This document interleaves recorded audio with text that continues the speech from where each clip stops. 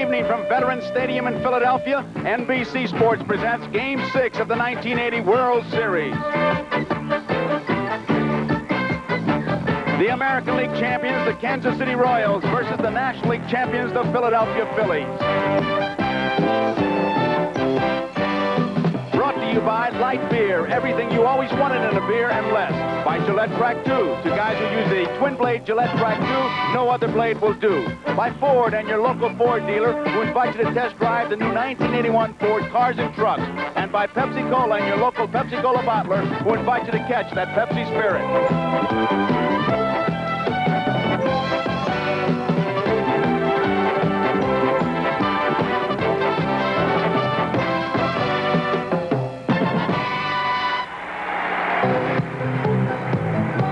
Stadium in Philadelphia. A beautiful night for baseball, 60 degrees, and these Philly fans are really ready, as I'm sure you can hear in the background. Hi, everybody. I'm Joe Garagiola, and we're getting ready for Game 6. We're going to have over 65,000 cheering fans here in Philadelphia. They're expecting the kind of a game they've been watching throughout this series, a series that has seen either ball club go into the 9th inning with a chance to win. The Royals, they're capable of winning here in Philadelphia, as capable as the Phillies were winning in Kansas City to bring it back 3-2. Royals fans are asking, can the Royals win? The Phillies fans, when they're not cheering, are saying, how soon will the Phillies fall behind so they can catch up and win? Tom Seaver is with the man who makes this Philly outfit go, according to many. Let's go to Tom. Thank you, Joe. Pete, Paul Owens, your general manager, said that you were the one player to push this team over the top. And you watched the Phillies play for many years when you were with the Cincinnati Reds. What is it that they needed? What is it you brought to this ball club to push them over the top? Well, first of all, Tom, when I came to Philadelphia, I don't think because I had 3,000 hits or made many all-star games or got 200 hits many times that I was going to be a team leader, because I think team leadership comes from respect from your peers from watching you play on a daily basis. And last year I had a lot of adversity off the field, and I played hard 162 games long. And this year I played hard 163 games long, and I just think the players could see how I could concentrate on their different things and play hard day in and day out, and I think that rubbed off on some of my teammates. I think, if anything, this ball club lacked, I know when we played them in '76, they had a lead against us in a couple of the games in the playoffs, and they just lacked that killer instinct. And, you know, there's no tomorrow in the playoffs, and I really emphasize the pressure in the playoffs, how important the playoffs are, and how much fun the World Series should be. I think these guys have listened to everything that I've said, and they've done a great job so far. You lead on the field. The guy in the dugout, Dallas Green, has had his ups and downs with his players, but he's gotten you one game from a World Championship. Well, I think he should be Manager of the Year. I think the problems he's had, Tom, is simply he's a very, very much of a disciplinarian. And I think the guy they had before him, Danny Ozark, who was very successful, wasn't quite the disciplinarian that Dallas is, and some of the guys resented that. But I think Dallas has got through to the guys that he had to get through to in 1980. Thanks, Pete. Good luck tonight. Thank you, Tom. All right, let's go over to Tony Kubek, who has Frank White with him. All right, thank you, Tom. Frank, you are not sitting in what you would call an ideal situation. Coming into Philadelphia, you have to win 2 ball games. What is the attitude of the ball club? Well, I think the ball club basically is just looking at it as a challenge. I think we're trying to use coming into Philadelphia, being a game down and having to win 2 ball games. We're trying to use that as a challenge for the ball club to get up for the night's ball game. You're facing a man, left-hander, probably will be the Cy Young Award winner in the National League, Steve Carlton. Many people in the National League, and in this town especially, feel he is invincible. What do you think? Well, no pitcher's invincible. We faced him here earlier in the series, and we had a lot of opportunities. We didn't know him that well, and he had a lot of control problems. He blamed it on the balls being too slick, so I'm just waiting to see him tonight, and I believe that our hitters can hit anybody, and it's just a matter of whether we can keep the Phillies from scoring. All right, Frank, thank you so much. Back upstairs now to Joe Garagiola. Okay, Tony, the pitching, the rotation, find Steve Carlton, the #1 pitcher for the Phillies. He's working tonight. In the rotation, Rich Gale is #3. He's pitching tonight. Does it make a difference? I believe what Mike Schmidt said. The only difference is we have it tomorrow. The Royals do not. We'll find out. Let's go to the PA announcer and our national anthem. As country and western and former Major League Baseball player Charlie Pride honors America by singing our national anthem.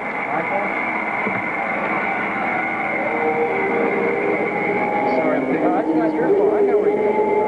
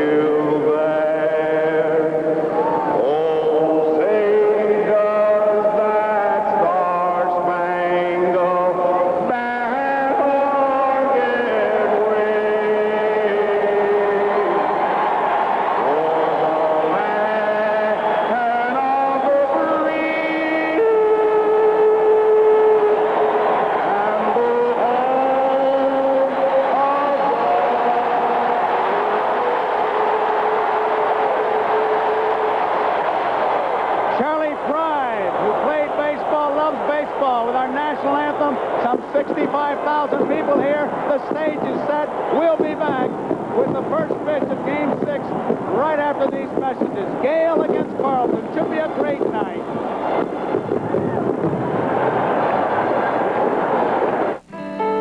Quiet me, comfort me. The day's been long, so quiet me, LTD. And let me drive my cares away, far away, to where I want to be. Now I see suddenly the worry letting go of me. Peace, quiet, comfort. Discover a world called LTD. Quiet me, LTD. I'll tell you, I was a born soccer player. Did everything with my feet. Took out the rubbish with my feet, made the bed with my feet, drove my mum crazy. But I finally found something I enjoy doing with my hands. Drinking light beer from Miller. Light has 1/3 less calories than the regular beer. It's less filling. But what really makes me happy is the taste. It's terrific. Now, my mum should be happy too. Look, Mum, no feet. Light beer from Miller. Everything you always wanted in a beer, and less. Hey, you sold out a Gillette Track too. Delivery's coming any second. But why should a busy man like you have to wait when this razor will do? Gillette Track 2 shaves me closer and smoother than that. I'll wait. These'll fit your Track 2 handle. I know what I'm getting with Track 2 twin blades, but those, I'll wait. But to guys who use Gillette Track 2, no other blade will do. Track 2? We'll wait. Gillette, when it comes to shaving, we give you the edge. Steve Garvey cares about our youth. Steve helps the Children's Village of California in his fight against child abuse. Dave Winfield cares about our youth. His Winfield Pavilions give kids a chance to catch baseball fever. Willie Stargell cares about our youth. Willie raises millions of dollars in his fight against sickle cell anemia. Baseball cares. The preceding message was furnished by Major League Baseball.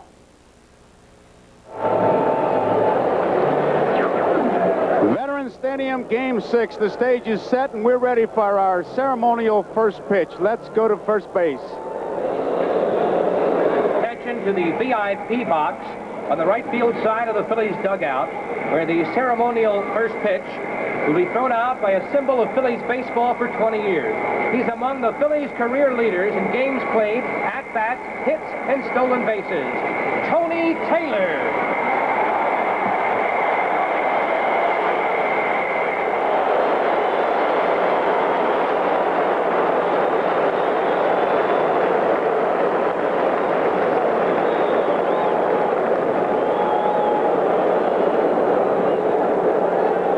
Defense the Philadelphia Phillies will have behind Carlton tonight. Lonnie Smith in left, Gary Maddox in center, Bake McBride in right field, Mike Schmidt at third, Larry Bowe at short, Manny Trio, the second baseman, Pete Rose at first. Bob Boone's really caught a great series thus far, and the man of the mound is Steve Carlton. Right now, we'll have Joe Garziola give you the starting lineup for the Kansas City Royals, the one that will face Carlton tonight. And here's the lineup for the Kansas City Royals. Leading off, Willie Wilson in left field. Batting second, the shortstop, UL Washington. Batting third at third base, George Brett. In the cleanup spot, designated hitter, Hal McRae. Amos Otis bats fifth. He's in center field. Willie Aikens at first base, batting sixth. Batting seventh, the catcher, John Wathan. Batting eighth, the right fielder, Jose Cardinal. And batting ninth, the second baseman, Frank White. Tom, Steve Carlton, even George Brett in the interview talked about he couldn't get his breaking ball over. What are you looking for tonight? Well, you're going to look more of the same for Steve Carlton, a big, powerful pitcher, Joe. The trouble that Steve Carlton had in Game 2, I think, and he said after the game, the slickness of the baseball, the shininess of the baseball prevented him from throwing his real good breaking ball. I think the thing tonight, looking at Steve, of course, 24-9 on the year, probably the Cy Young Award winner in the National League this year. The thing to remember about him is that counting spring training, the league championship series, the regular season, everything all combined, he's already thrown over 350 innings. So you might see a tired Steve Carlton tonight. He was tired in Game 2. One strike to count. Strike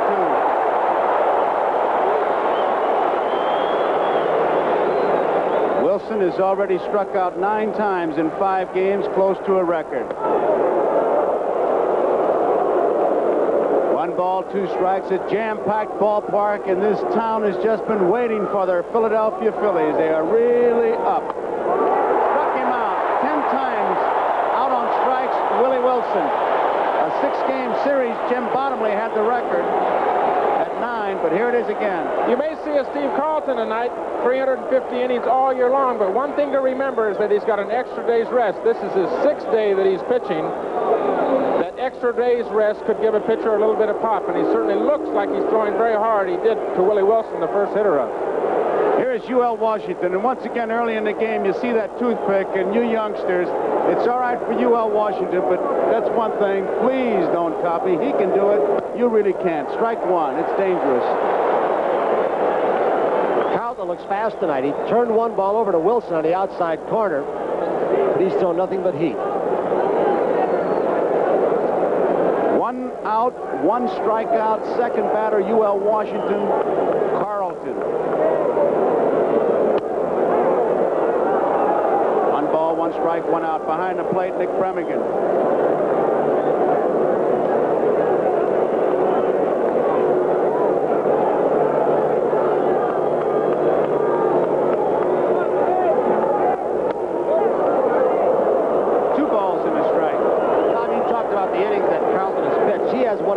Strenuous conditioning programs under the tutelage of Gus Heffling that I have ever seen, and he feels that he can bounce back a little bit faster than most guys under this program. 2-2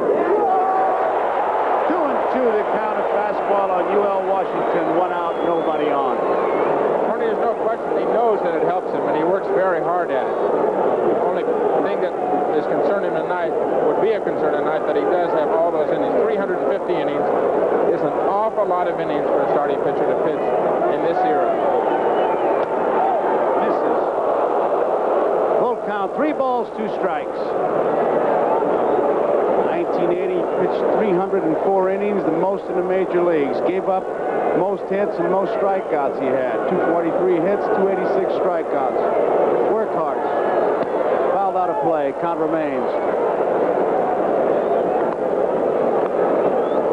For about the first half of this baseball season, every time Carlton went out to the mound, he looked like he was unhittable. He had all 4 pitches going for him. Hard fastball, the curveball slider. He even started to throw a little bit of a changeup late in the season.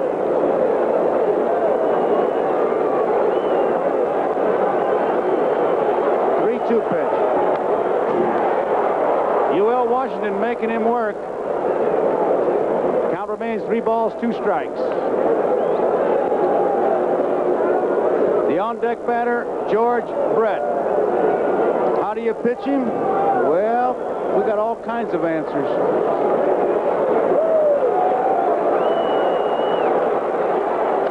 Struck him out. Well, Joe, you just asked the question, how do you pitch George Brett? We went to one of the closest members of his family, his brother, and asked Kenny, a pitcher on this team, how you pitch to George? Well, I faced my brother George once in spring training, the first time I ever did, and he hit a ball about 430 feet off me. I've been scared to pitch to him ever since then. So what I'm going to suggest the Phillies do is, first of all, take off your shoe and throw this at him. He doesn't hit shoes too well. If that doesn't work, throw your glove at him. This is a first baseman's glove. He doesn't like to hit first baseman's glove. And last thing I would suggest is put the glove back on your hand, sneak behind the mound, put the rosin bag in your glove, and pretend like it's a baseball. Throw the rosin bag at him, and hopefully don't hurt him. It's a different way of pitching him. Ken Brett, his brother. And George doesn't get the first one, strike 1. He's been a little mini slump. It's a knockdown incident. He's 1 for 8. Strike 2. Steve Carlton working in a hurry. He is firing, rearing back and firing. He struck out the first 2 batters. 2 strikes, no balls. George Brett. Booney looking for a waste pitch, picks it off nicely. 1 ball, 2 strikes. Tony referred to it. Boone has had a tremendous series. He is picking balls out of the dirt, Joe. It's just been unbelievable this entire series, especially with the kid pitchers we've pitched. Bouncing ball, trio to his right, has it in time. So it's 3 up, 3 down for the Kansas City Royals. Bottom of the first, no score. It'll be Smith, Rose, and Schmidt for the Phillies. Xerox introduces the XL10 imaging process. It actually gives you offset quality copies, blacker blacks, whiter whites, and sharper details than you've ever seen before. Well, brothers, what do you think? Amazing. Look at those fine lines. Just like the one I did myself. The XL10 imaging process gives you copies which these experts agree are absolutely faithful. You're feeling good about yourself. And it shows. The way you should about yourself. You're feeling good about yourself. You're drinking Diet Pepsi-Cola with just 1 calorie and that great honest-to-Pepsi taste. And it shows in the way you look, the way you feel, and in everything you do. Diet Pepsi. 1 small calorie, 1 great taste.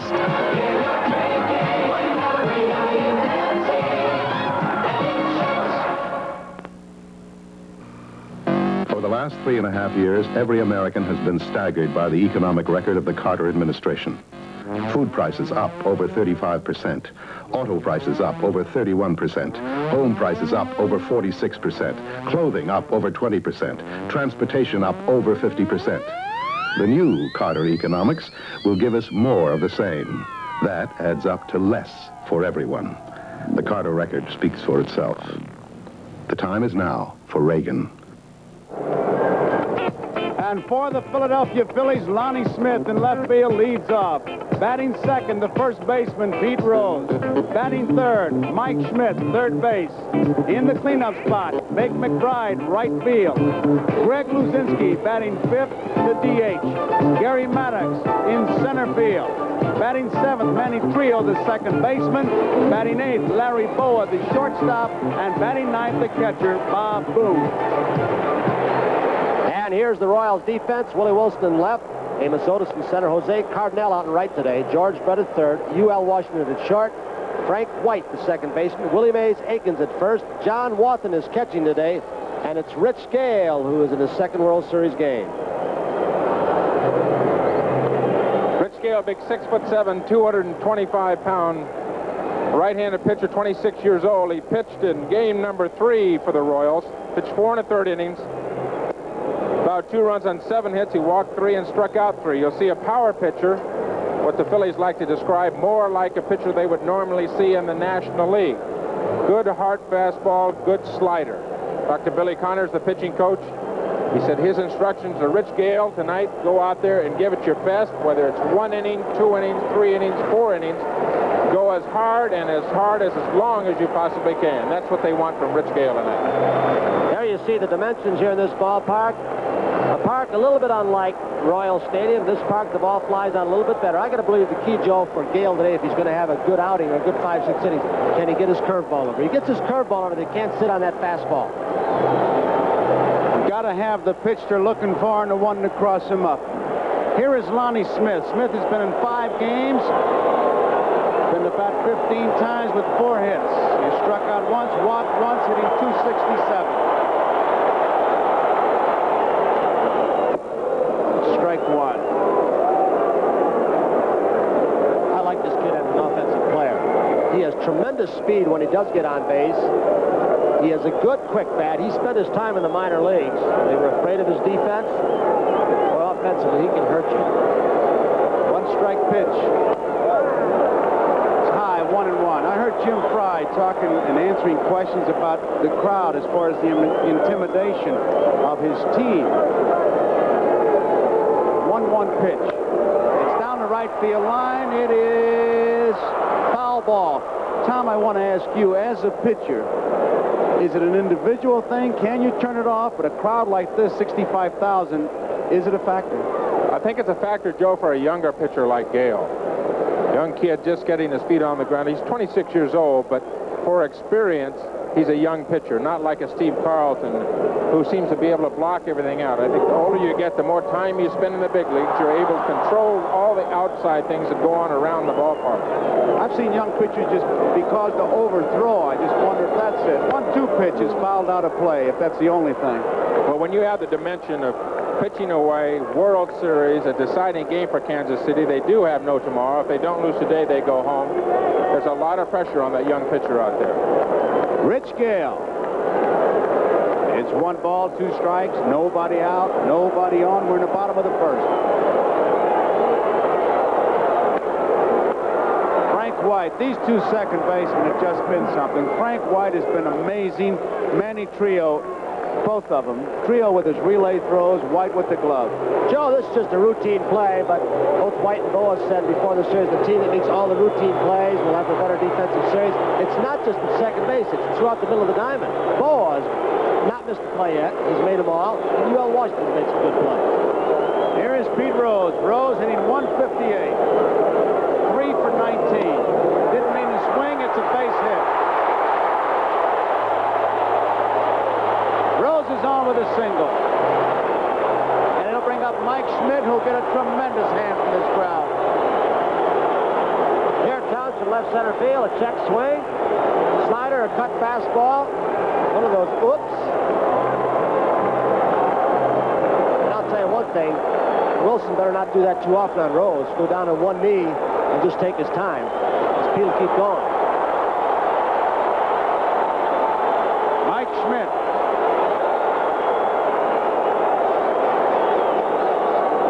Schmidt is 7 for 18. He has scored 6 runs, hitting 389.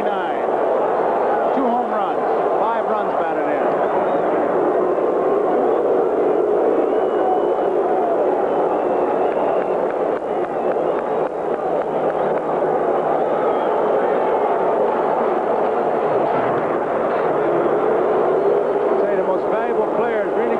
Job to try to pick in this World Series. There are so many candidates.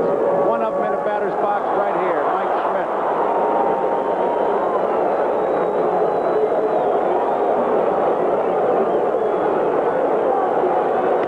Outside. Ball 1. You know, Joe, I was on the elevator today. Somebody said, boy, Schmidt has a good night tonight. He'll wrap up the most valuable player in the National League. But a lot of people don't know it, that votes for the most valuable player in the leagues have to be in before the start of postseason play. What they do in the Championship Series or World Series has no bearing on the most valuable player vote. Oh, no strikes. Rose at first. 1 man out. No score.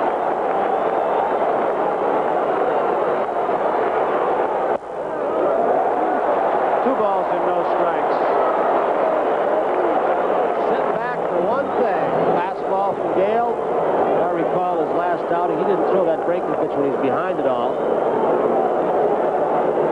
Gives that hitter a little bit of an advantage.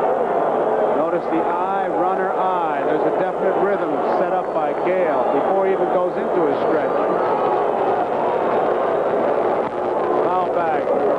Watch it once again with Rose on, who really is not that big a base-stealing threat, especially with Schmidt hitting. You'll see the rhythm develop. Our technical crew has picked it up already.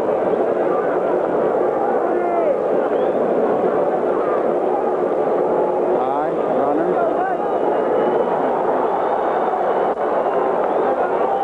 Taking more time, breaking the stride.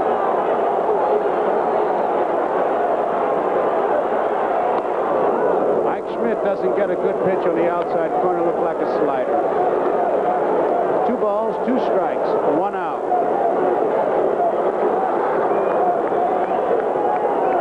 A couple of pitches to Schmidt. Gale's fastball looked very alive. Schmidt on 2-1 was looking for a fastball. It was a perfect spot down and away, but it had some movement on it. Popped up. UL Washington and Frank White. UL Washington says, I'll take it. So there are 2 away. And it brings up Bake McBride. McBride has hit 1 home run. That was a 3-run homer. He's driven in 4, hitting 368, 7 for 19. Rose at first, 2 outs, no score. That is Harry Wendelstedt, the first base umpire today.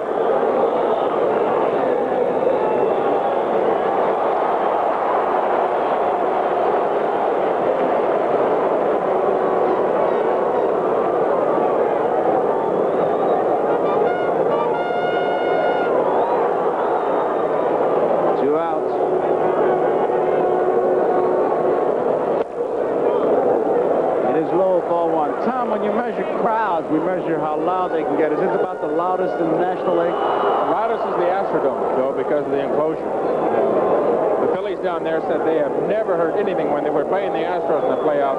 Never heard anything or any place, any ballpark so loud as the Astrodome. Where would you rank these Phillies?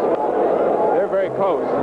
These fans here, and when they can fill up Shea Stadium, very vocal fans here in Philadelphia and New York. 1-0 pitch. Left field. Willie Wilson coming in. He's there, makes the catch. Ball was hit hard. Wilson played it well. That retires the side. No score. We complete 1 inning of play here. It's Kansas City nothing, Philadelphia nothing. And due up for the Kansas City Royals in the second inning, it'll be Hal McRae, Amos Otis, and Willie Aikens.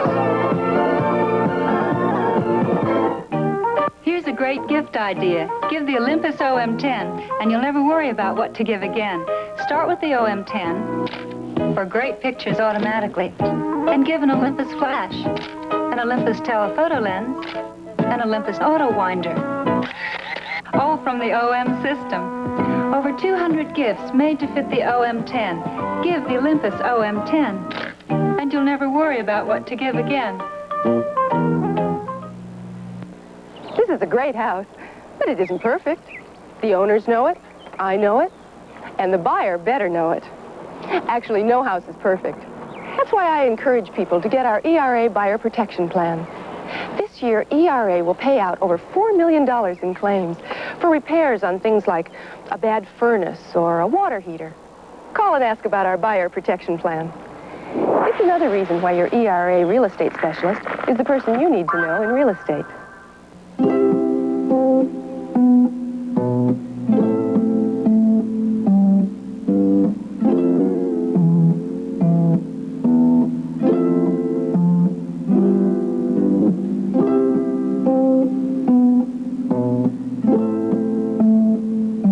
Remember this, a Rhine wine by any other name is not the same. Next time you wonder what white wine to drink, think of Gallo Rhine. Tomorrow, if there's no World Series game, see how to handle executive stress and visit 90-year-old Harry Andrews in the castle he's been building for 51 years on real people. Hal McRae leads it off, hitting at .450, 9 base hits, 20 times at bat. He has 3 doubles. 2 of them were literally singles that he just stretched in the doubles by aggressive base running. Hal McRae. They play him towards the right field line. And he pops the first pitch up. Trio, McBride. McBride says, I'll take it. 1 out.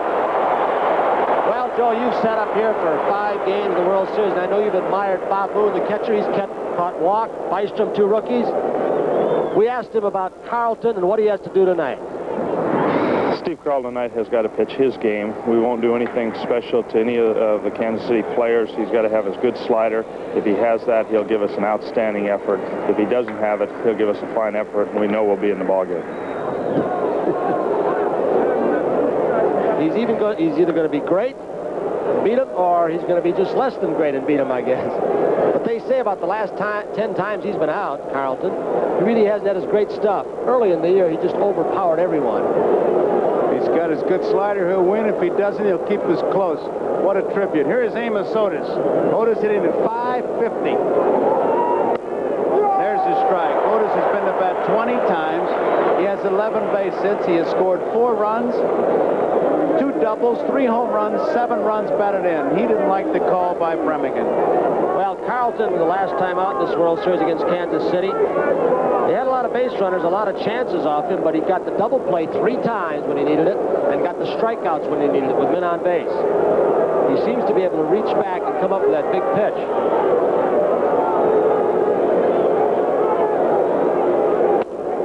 Strike 2.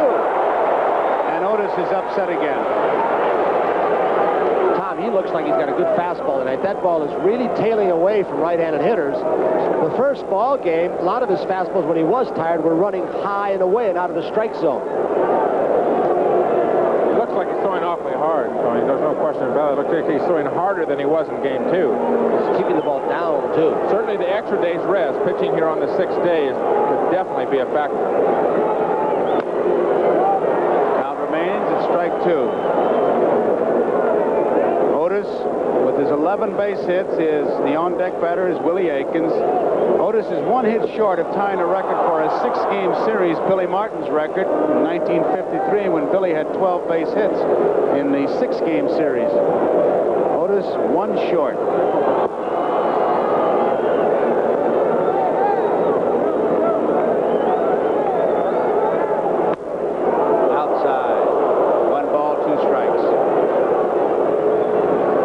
Said about Carlton's refusal to talk to the press. I'll tell you, it's a decision he made. It's certainly his right to do it, and he just doesn't want to do it. He's turned down tremendous amounts of money. Just doesn't want to do it.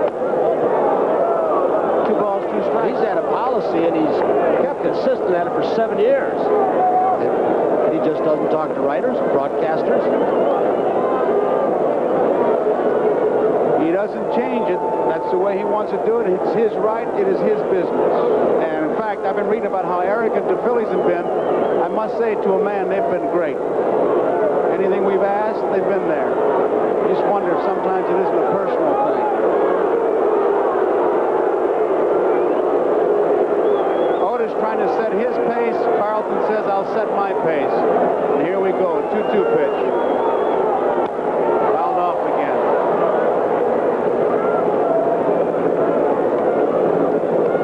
I'm a little surprised, Tony, with this pitching pattern. The base hits that Amos Otis has been getting have been, last game with the breaking balls, the off-speed pitches. The home run he hit was an off-speed pitch.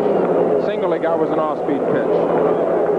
And there have been pitches that have usually been bad pitches. Hanging curveball, the hanging slider one time. There's that 55-footer, the same one he threw the other night. I found it interesting, Joe. You can play around with numbers so far through the 5 games. There's the breaking ball. Maybe he overthrew it. Trying for the strikeout. Like a curveball rather than a slider. Many times you try and overthrow a breaking ball, make it too good instead of just letting it do what it's supposed to do, and you end up throwing it right in the dirt. It's been such an effective pitch, that slider for him, and he uses it an awful lot to right-hand hitters. It'll be interesting here to see if he uses the slider or the fastball. Something off it. Foul tip. Started to say about numbers, the Kansas City Royals ball club is supposed to be the team that pecks away at you and keeps the ball in play. They have struck out 40 times through the first 5 games. That's an average of 8 strikeouts a game. The Phillies, on the other hand, presumably a more power ball club, but they've struck out just 14 times through the first 5 games. So it might give you an indication of the differences in pitching staffs in the 2 leagues. Yes, there are more power pitchers. I think this might prove in the National League than the American League. More hard throwers. We've got a cat and mouse game going on between Otis and Carlton. Ball forward through the base on balls. So Otis is on. I tell you, you get the feeling that was the Amos Otis hour. The foul tips, the foul balls, and backing out. First base runner for the Kansas City Royals. Here's Willie Aikens. And I got to believe that Jim Fry, having his club coming to this away town in this critical situation, has got to stir his team up. Even though Carlton has a good move, I got to believe he's going to try and run somebody, because around that batting cage today, they were a very somber group. They know what they're up against here, winning 2 in Philadelphia. And even with Aikens up, I wouldn't doubt one bit. With Carlton's great move, they try and start somebody. Holding. Ball 1. Carlton set a major league record for balks with 11 a year or so ago. Very tricky move. There it is. He's back. Otis is checking with Wendelstedt. We have an American League umpire back there now, so we got that, is it a balk or not a balk? Otis is talking to his first base coach. How about it, Ronnie? Has he got an edge tonight? Ron Luciano? Hey. We didn't hear you, Ron. I said it's awful close to a balk, that first one. It has to come directly towards the base, and that looked like it went almost towards home. And so that's what Otis went over and talked to Harry Wendelstedt about. He said, hey, boy, that's awful close to being a balk. Watch that. Ronnie, what Jose Martinez was talking about in the first game he pitched, he's the first base coach, Martinez, that Carlton would stop his motion. When he picked his right leg off the ground, he would stop and try and freeze the runner. And then he would go homer first. There's the strike. 2 balls and 1 strike. Wendelstedt at first base really bearing down on Carlton. He is the umpire. pitch there, Joe, was something we haven't seen much in the World Series. Carlton was behind 2 balls and no strikes. Almost invariably, probably 90% of the time when the pitchers in this World Series have gotten behind, they've thrown fastballs. Carlton there was 2-0 and threw the breaking ball. Oh, that was close. He was leaning, jumping around, and Carlton about had him. Well, you heard Ron say he's supposed to rule says step directly toward the plate or directly toward the bag, but pitchers bend the rules. Watch where he steps. They pick a spot halfway between home plate and first base, and then they continue walking to deceive the umpire and the base stealer. Ron Luciano, how can they get away from that? Weren't you guys talking about putting a line on the mound at one time? 2 years ago, they put a line in there, but it worked too well. It was too easy to call. They wanted the controversy, and so they took the line out. Well, they got it. 2 balls, 2 strikes. Willie Aikens.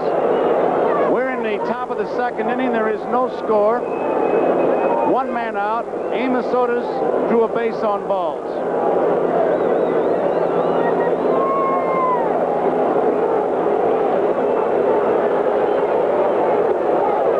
Curveball misses. It really didn't snap off. That just seemed to roll and hang. 3 balls, 2 strikes. Now we'll find out if Jim Fry's running his ball club. Aikens is a strikeout man. Otis can run, so it could be a strike him out, throw him out. I would think he'd be running. There he goes. Ball 4. So, Otis is on his second, and Boone doesn't believe it. Now they're going to ask the umpire at third. Boone asked the field down to the third base umpire, Paul Pryor, who waved the safe sign. Boone wasn't sure. He didn't get a very quick call, so he kind of took the glove out, the ball to the glove. Watch the motion of Boone, Joe. Yeah, but we didn't really have a rhubarb. If he calls it ball 4, and then the umpire third calls it a strike, he did a double take right there because he heard ball 4, but still didn't believe it. 1 man out. Otis at second, Aikens. Curveball blocked nicely by Bob Boone as John Waltham takes it for ball 1. Time is called. Nice play by Boone again.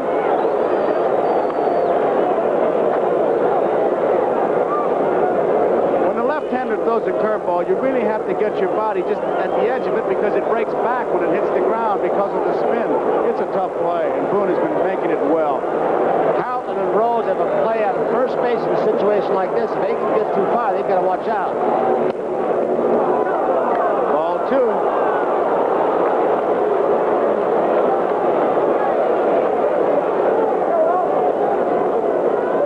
Carlton gave up 6 walks but struck out 10 in game 2. He's walked 2 and struck out 2 so far tonight.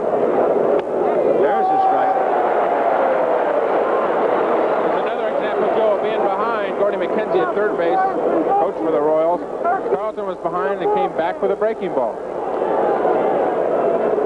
Watson looking for his first base hit. He's been to bat only 4 times in this series. Fouled out of play. 2 balls, 2 strikes. 1 out. The on-deck batter is Jose Cardinal. He's playing right field. Fry wanted to get some right-handed bats, and he got one in, and Cardinal, you see right there, the on-deck batter in right field, and John Wathan behind the plate. Otis at second. Aikens is at first. 1 out. Double play ball. Boa, 1. Cinch, 2. 6-4-3. That ends the inning. And so we go into the bottom half of the second inning. It's Kansas City nothing. Philadelphia nothing. And these fans are really fired up as Steve Carlton goes walking off. A 0-0 ball game here in the second inning. Game number 6. You're on top of it all on Monday, then it starts to get you down. From the weekend, you just got to get out from under. And the weekend is where AMF comes in. We make Ben Hogan golf equipment, head rackets and tennis wear, Harley-Davidson motorcycles and golf cars. AMF feels the only way to stay on top is to get out from under on weekends. In the new world of video recorders, nobody offers more performance features than this one. RCA Selectavision 650, maximum 6-hour recording time, an unsurpassed 14-day memory, and remote-controlled special effects like slow motion, picture search, and stop action. Nobody gives you more VCR than Selectavision 650. Let RCA turn your television into Selectavision. Engineers from America and overseas have created a world car, the new Ford Escort. The four-door Escort liftgate has higher mileage ratings than Volkswagen Jetta or Toyota Corona. Yet Escort also gives you more room inside. And Escort gives you the privacy of a hideaway luggage compartment and wagon room when you need it. Ford Escort, built in America to take on the world. Sophia Loren, her own story. From war-ravaged Italy to worldwide fame, she never stopped believing dreams can come true. A 3-hour world premiere Sunday. There are 6 or 7 times in a ball game when a pitcher has to make a pitch to stop a rally or keep the other team from scoring. Here's the first one for Carlton. He makes the pitch on Watson. The double play, 6-4-3, and the Phillies are out of the inning. Greg Luzinski to lead it off here in the second inning. Luzinski's been to bat 5 times looking for his first hit. Takes the pitch outside, and it's ball 1.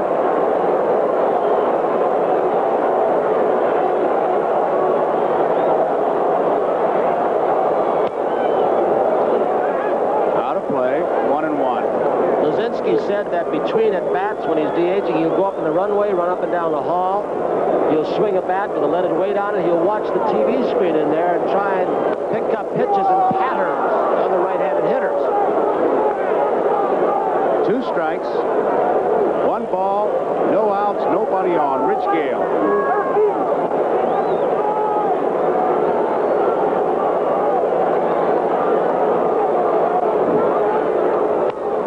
Out of play. Gale started Game 3 in Kansas City. He worked 4 1/3 innings, gave up 7 hits, 2 earned runs, 3 walks, 3 strikeouts.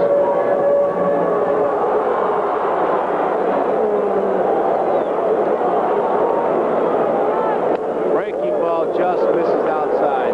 2 balls and 2 strikes.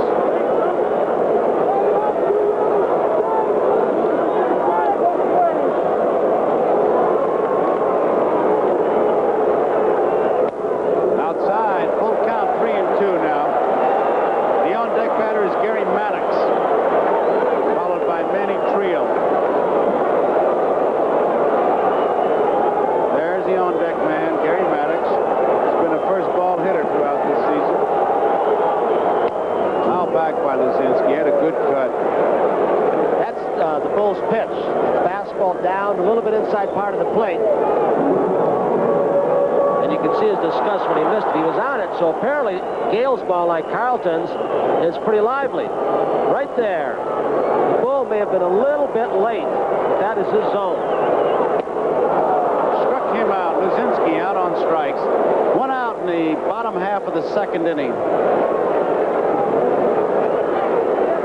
One of the good things that can happen to a pitcher when you run to a 3-2 count, and the hitter knows what's coming. Sometimes the hitter will swing in a bad pitch, and there's a case Luzinski knew was fastball. It was out of the strike zone, but he still went after it. Didn't get a strike 1. It's usually the high fastball because that ball really looks big. Low ball, you really only see the top half of the ball. High pitch, you see it all. Miss it all, too. That's in the gap end, right center field.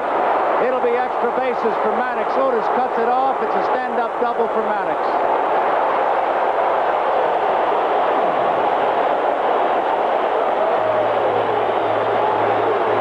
They were shading him a little bit toward right center field.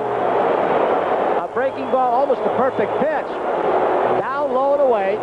Slider curveball. Otis right here by getting to this ball in a hurry may have prevented a triple.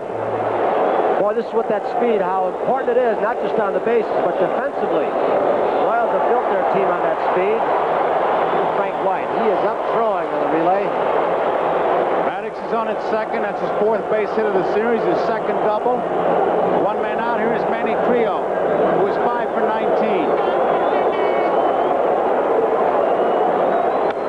Right field. Cardinale back. Tagging up is Maddox at second base. He's going to go to third. He'll make it easily.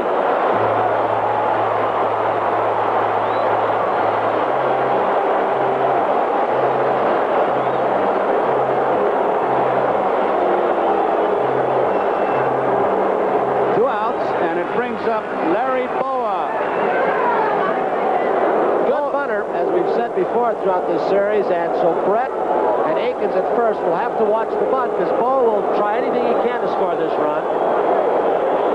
Boa is 8 for 20. He has driven in 2 runs. That's a 400 average. Boa's hitting 400. Boone's hitting 400. The last 3 men in the Kansas City lineup are no average, and 95. Makes a difference. Wilson really shallow in left field. Fastball is outside, ball 1. Look at that defense near the line. Otis is way over. If Boa hits a line drive over the pitcher's head, he may run for about maybe 8 or 9 days. Or in that right field corner if he pulls the ball. Down the left field line. It is 1 ball and 1 strike. Here's where the responsibility really goes on the pitcher. If you expect him to hit that way, you better pitch him that way. I was thinking the same thing, Joe. If he throws a curveball or a changeup here and gives him something to pull, that pitching coach will come out of that dugout so fast and make your head turn. If the catcher hasn't turned it already with a bat. Popped up. Foul territory. Wathan coming back. Has room. He makes the catch in front of the dugout. So Boa is out, fouls out to the catcher at the end of 2 complete innings to score here. Kansas City nothing, Philadelphia nothing. And in the 3rd inning for the Kansas City Royals, it will be Jose Cardinal, Frank White, and Willie Wilson. And we'll be back after these messages from your local station. NBC Magazine reports on the pressure and violence in competitive sports for children. Do we start them too young and push them too hard? And Jimmy Cagney's return to the movies Friday. WTWO, Terre Haute.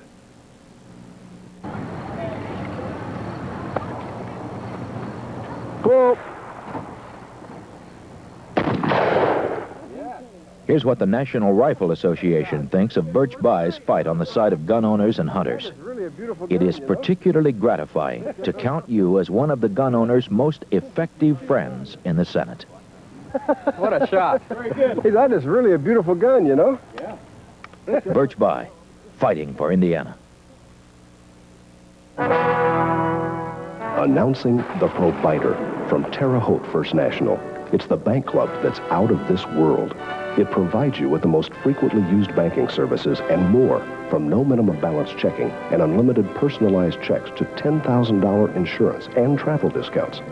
We think you'll like the Provider, but decide for yourself. Come to any Terre Haute First National Bank and ask for our brochure about bank clubs. It really tells it like it is. Thank you.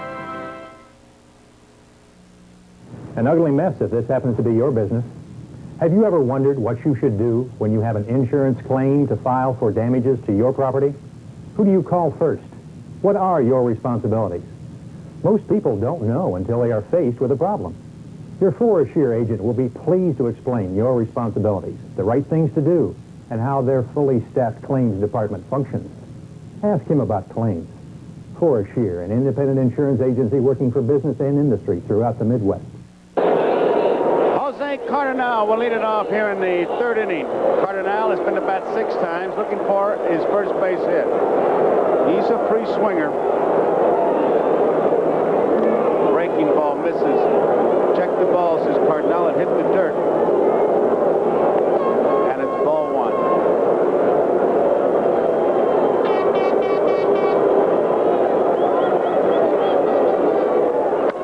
Well hit. Left field. Lonnie Smith is back. He has room. 1 out. Tom, from what we've seen so far, it still does not appear, and it's early, that Carlton has found his curveball. He's bounced his curveball quite a bit. He's got his fastball going for him, I think. He's got the fastball low in the strike zone. I think he came out, Tony, he came out and threw 10 fastballs in a row. And the 2nd inning, he started to throw his breaking balls, slider, curveball, tried to establish to get that over. Came out through 10 fastballs in a row, struck the first 2 hitters out, and then started throwing breaking balls. And throwing extremely hard, too. White doesn't get his strike one. White in the bat 21 times, 2 base hits. Read in the paper his mother didn't come to Philadelphia. She's home watching because she doesn't like to fly airplanes. So she's watching Frank, who grew up in the shadows of the old ballpark in Kansas City. 1 ball, 1 strike. She's watching Frank like we all are.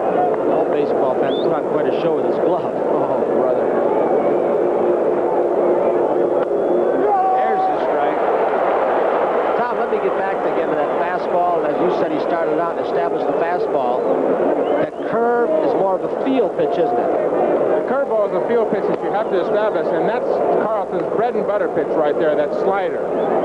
It looks like it's going to be away outside of the right hander, and all of a sudden breaks down and in on his knees. Popped out of play.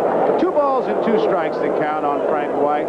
If he can get that slider over, with as hard as he's throwing his fastball tonight, it could be a long inning for Kansas City. Because this man, if you look at Willie Wilson, Carlton can be as tough as any pitcher in baseball. It's going to be the Cy Young Award winner in the National League, in my opinion. Foul back. He's already got 2 of those with the Phillies. Carlton was having problems with the baseball because they were slick and they weren't rubbed up by the proper mud. From the Burlington County waters, I have learned. I've learned all kinds of things about that mud. Out on strikes. That is the 3rd strikeout for Carlton. For example, we thought there was big inflation. We were wrong as we look at this replay. It's a curveball, and White is completely fooled on it. That mud does not cost $100 a can. In 1938, it cost $10. Only costs $15 right now, if you can buy it.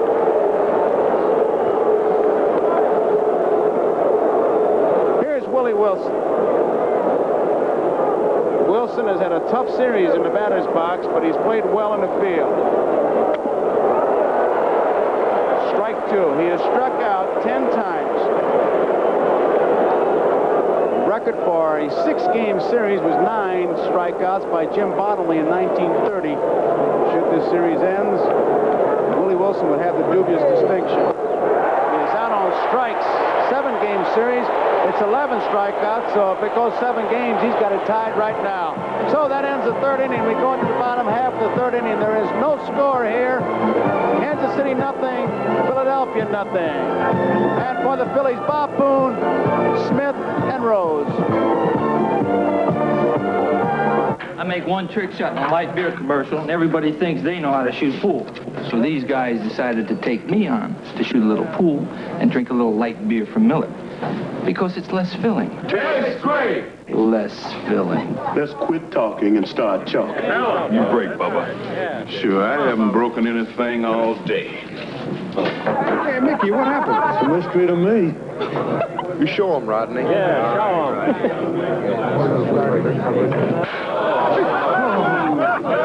You guys got me all wrong. I think light tastes great, too.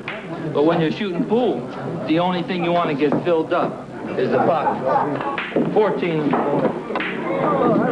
ball combination. Steve, how do you do that? Practice, practice, practice. Light beer from Miller. Everything you always wanted in a beer, and less. Oh, we should have baths like this back home. Our money. What? It's out in my suit. Oh. Do you carry traveler's checks? Yes, Citicorp. Well, refunds are no problem almost anywhere in the world. There's even a large Citibank right near the Imperial Palace. Thank you, Mr. Yama. Mr. Yama, my wife, Ellen. That's all right. Don't get up. Travel the world with us. Citicorp Traveler's Checks. Joe Garagiola with Tony Kubek and Tom Seaver here in Veterans Stadium in Philadelphia. 0-0, bottom of the 3rd. Bob Boone will lead it off. And Boone has been to bat 15 times, has 6 hits. He's walked 3 times, has 2 doubles, hitting at .400. Bob Boone. Did you see his father, Ray, out here very early today, what he was doing? Playing, Ray, of course, the former major leaguer, playing Pepper with his grandchildren, Aaron and Brett. Man, I can't wait Pete Rose also. Let's coming up pretty quickly, isn't it? I can't wait, I'll tell you that. He was really thrilled, Ray Boone, former major leaguer. There's a good fastball. Talking about Carlton throwing hard, Gale is throwing hard, and it's ball one.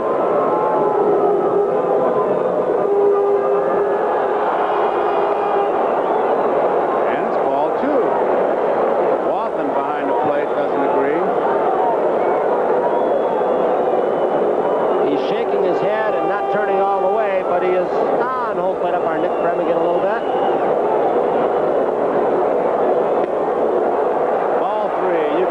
Talk to the umpires as long as you keep looking towards the outfield and not turn around and show them up.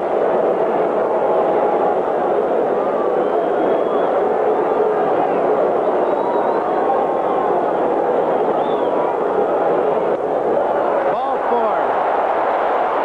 Hey, Ron Luciano, when catches would turn around, you're one of the few guys that let them turn around to talk to you. You just wanted to visit, huh? I'd let anybody talk to me. Nah, you don't let them turn around on you. That's a cardinal sin. They can call you any name under the sun as long as they're looking out towards center field, because only you and he know what he's talking or who he's talking about. But as soon as he turns around, that's an automatic ejection. Good night. See you tomorrow. If he turns around, he's embarrassing the umpire, and that's one thing they cannot stand. They have to show their authority, and they do. Here's Lonnie Smith. Frank White has it. He goes to UL Washington, gets the fourth. Safe! Now out of, I don't know what he's doing. Time. He calls safe and then time. Bill Kunkel. Here comes Jim Fry. Well, Frank White had one thing in mind. Get the lead runner. UL Washington cheated. He was off the bag. The second base umpire, Bill Kunkel, said, yes, you did cheat too much, and I'm going to call him safe. Watch it. A different angle. I'll tell you, he's off that bag by a little bit more than a couple of inches, probably a foot and a half or so, and it cost him. Bill Washington was trying to get out of the way of the hard-sliding Boone, and by trying to do, he wasn't trying to get a throw up. By trying to do so, he cheated too much. I think Kunkel made the right call. Bill Kunkel had his right hand up. Look, maybe he called him out, but he was calling time. And so we've got base runners at first and second. I really couldn't tell on that play, Tony, to tell you the truth. So it looked like he was just in there. But here's another look at it. Let's see. This left center field camera should be the excellent angle. Oh, he was safe.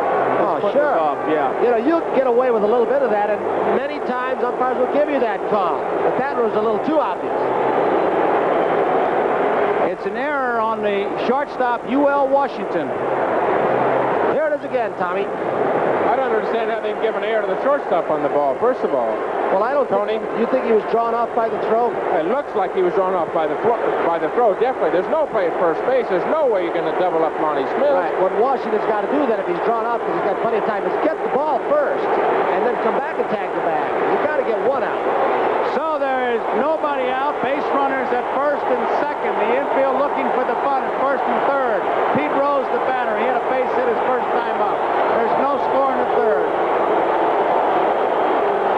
They've got the play on, and Rose takes it high. And what I mean by the play is the shortstop goes to third. Tony, you've worked that play. Well, ordinarily, first and second, what you'll do is the third baseman will come in and make sure the hitter commits himself.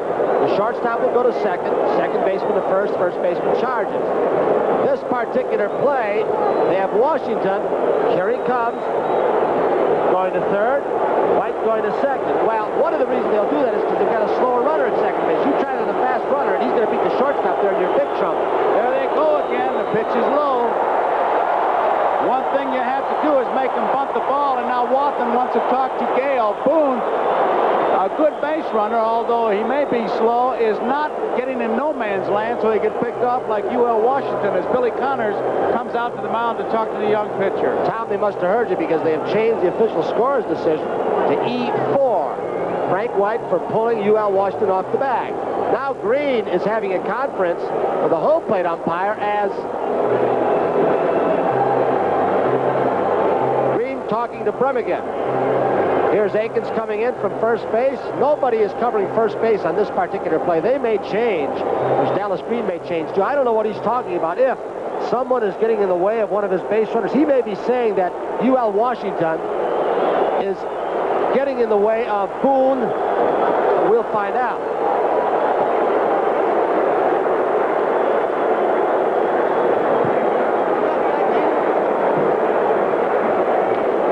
Well, Harry Wendelstedt, they're going to go over and talk to Dallas Green now. I don't know if it's an American League or National League or whatever. Bremigan's from the American League. He brought in Wendelstedt. Ronnie, Luciano, you got any idea what's going on? Well, I know there's a rule in the American League that you only can have one infielder and a coach on the mound at the same time.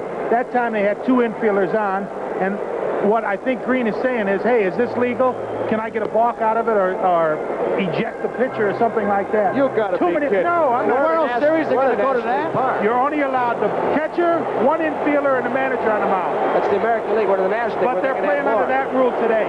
That's like blaming the Johnstown flood on a leaky faucet, for crying out loud. Here's the pitch to Rose. It's a foul ball out of play. And Boone was running off second base that time. They had, well, almost the whole field open. Brett and Akins charging. Both short and second base were wide open. Tony, it was much more serious than that. They wanted to know if Fry spoke to his pitcher, which would count as a trip to the plate. So, Luciano, you were pretty close. World Series. Let's make that mountain out of the molehill. 2 balls, 1 strike, nobody out. Pete Rose with base runners at first and second, no score. Listen to this crowd. High, 3-1. Let me tell you what might happen to Gale. He's had a streak of control problems there, obviously, but with all the things going on behind him, he, I believe, is so distracted that if they do bunt to me, where in the world do I throw the ball? If he bunts it, do I go to third? Is somebody going to be there? Is anybody going to be on first? I believe these plays can really goof a guy up. Trick plays will kill you. All he can do is signal for a fair catch, for crying out loud. Rattle Gale. 3-1 pitch. Bunt it down to third base. It's going to be a hit. Rose is charging hard. Brett safe.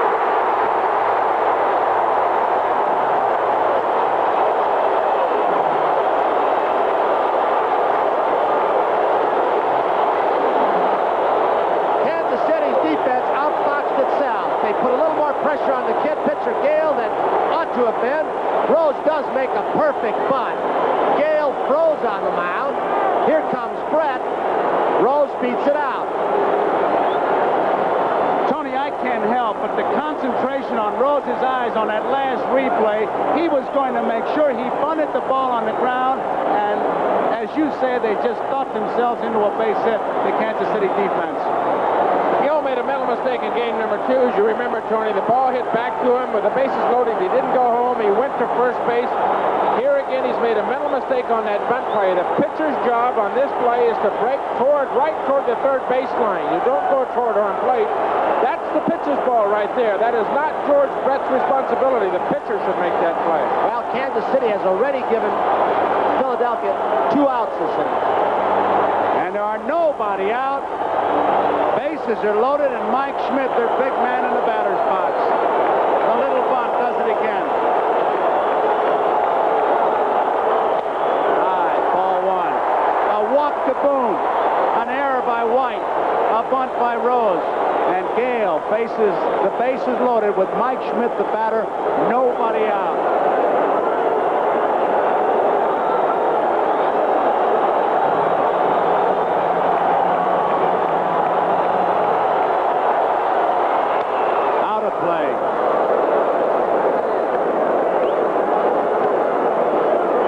Who had only 4 sacrifice bunts all year, and what a classic bunt that was. Got that bat out in front, much like the instructions.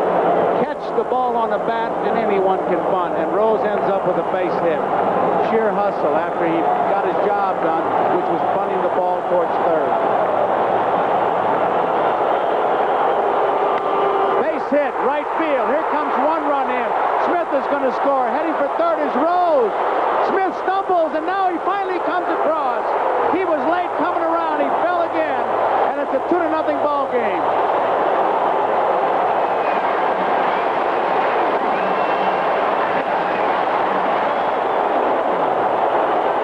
Fastball out over the plate. A little bit down. Schmidt really rifles it. He continues to have an excellent series man in for the series. Cardinal with a weak throw in, and Rose keeps on going to third. Schmidt is going to go because Akins is in a cutoff position between home plate and his right fielder. Schmidt had thoughts of going. Look at that reaction. He's had a big series thus far. Rennie Martin has been throwing in the Kansas City Royals bullpen. Gale has not pitched that badly. He's been... Jim Fry out now.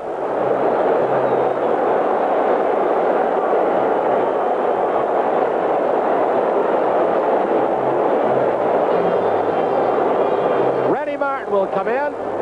Philadelphia Phillies looking for their first World's Championship as Martin comes on and Gale leads. So we have a break in the action. The Phillies have taken a 2-0 lead here. We'll be right back after these messages. Right Guard knows a man sweats more than a woman. That's why a man needs Right Guard. Right Guard has a male effectiveness formula. A formula so strong, more men count on it to help stop perspiration odor every day. Right Guard knows there's a difference between you. Men perspire more. And that's what Right Guard's for. Good luck, Joe. Thanks, Mom. Somebody's going to hire themselves the best little artist this side of the Mississippi. I hope so. Spread your wings, fly away. Nothing's all that far. What you looking for? My first job. Oh, Flight 117. You're going my way. Come on. Follow the sunshine. Reach for a star. I've got a safe place for this. It's only your career, right? Right. Feeling that the wind's behind you. That's me. Yeah. You want it? Hey, that's great. You're really good. Anything I can get you? How about a job down there? Oh, I think you're gonna do just fine. You know how to get downtown? Here. That's what friendly skies are all about. Midtown Manhattan, 285 Madison Avenue between 40th and 41st. Take the tunnel. Yes, ma'am. Fly the friendly skies.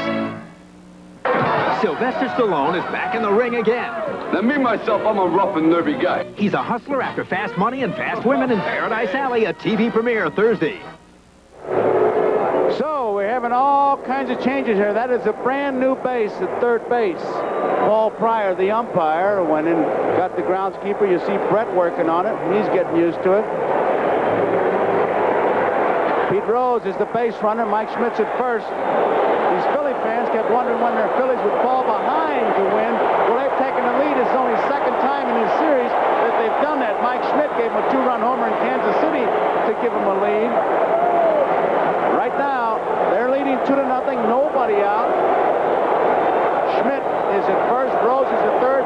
Bake McBride, who lined to left, is the batter. Ball one. I think an oddity in this series also is the fact that Kansas City's manager, Jim Fry, as we look at the stats of Rennie Martin, he has only used 5 pitchers. The Phillies have used 10. Martin in relief of Gale.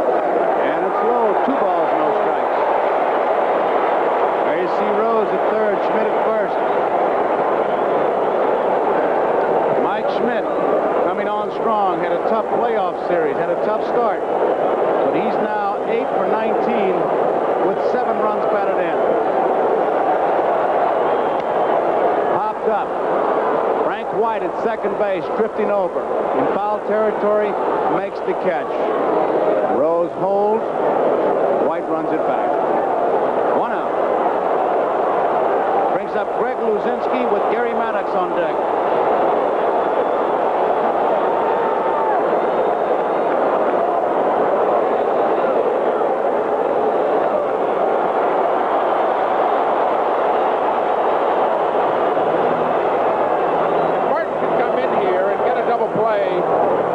Get that curveball over and get the double play. He'll turn what is a negative in the sense the Phillies had a big rally going.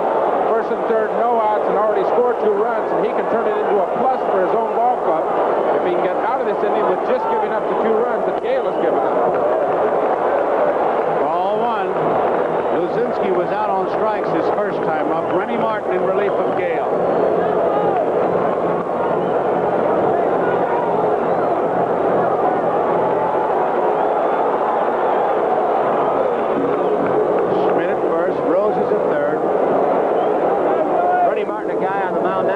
Trained in the minor leagues to be a relief pitcher, and it's awfully tough coming in relief when your best pitch is your curveball, because as you mentioned earlier, Tom, it is more of a field pitch than the fastball.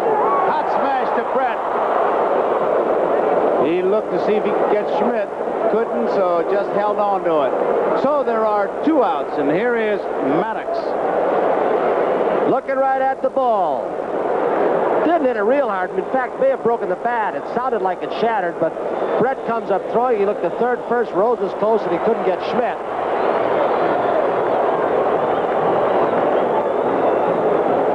Maddox doubled into right center field his first time up.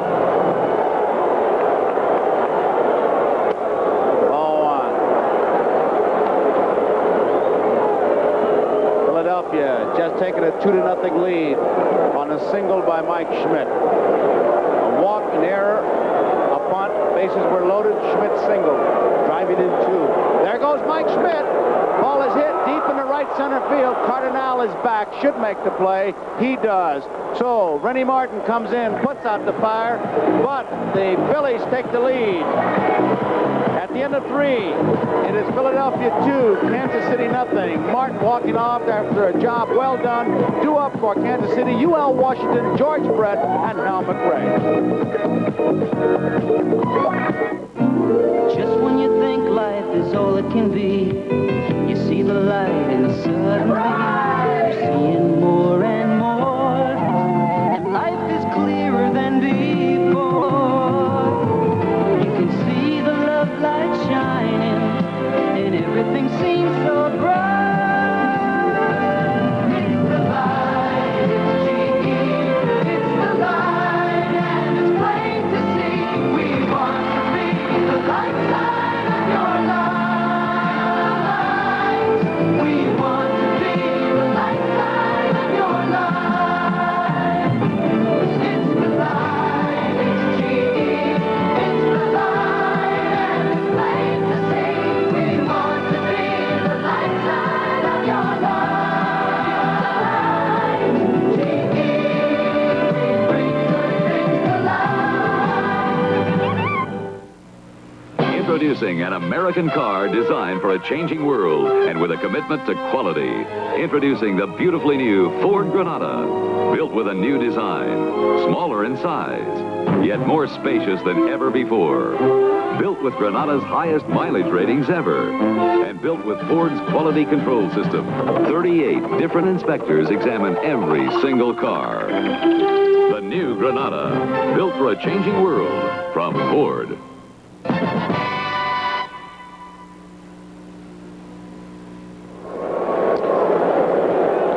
2 runs, 4 hits, and no errors for the Phillies. No runs, no hits, 1 error for Kansas City. Scoring 1 earned run, 1 unearned, and the 2 the Phillies scored in the 3rd. Here is UL Washington, who was out on strikes his first time up. It is high, ball 1. Washington came into this game hitting .263 in the series.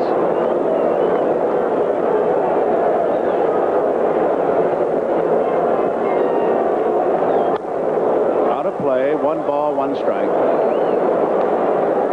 We talked a little bit earlier about Carlton's strenuous conditioning program. He does not run. When Dallas Green took over last year and set the standard for this spring, he said, you guys are going to do a lot of running.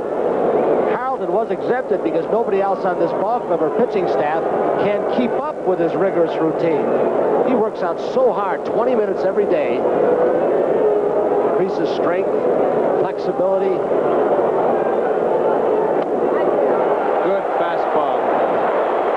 Tell you something, when you win 24, lose 9, earned run average is 2.34, you're like the big gorilla. You sleep where you want. One of those fastballs, inside part of the plate. It was a cut fastball that went in on Washington. He gets the ball outside part of the plate. It'll run away at times, so he has excellent movement. In the hole, Boa has it. He's going to try it. He'll not get him. It's a base hit for Washington. That's the first hit for the Kansas City Royals. I'll tell you what, that little guy at shortstop, and we've raved about how consistent he's been through 11 or 12 years. He did not make this play, but to get to it was something in itself. Look at this. It is much more difficult to stop an artificial surface. On dirt and grass, you can slide that foot and come to a more abrupt stop. You try an artificial surface, your feet go out. He made a nice play just getting to it. Tony also tied a World Series record by starting his 6th double play this series. Rizzuto in 1951 had 6. Brett fouls it off. Boa started the double play in the 2nd inning on a ball hit by John Watson.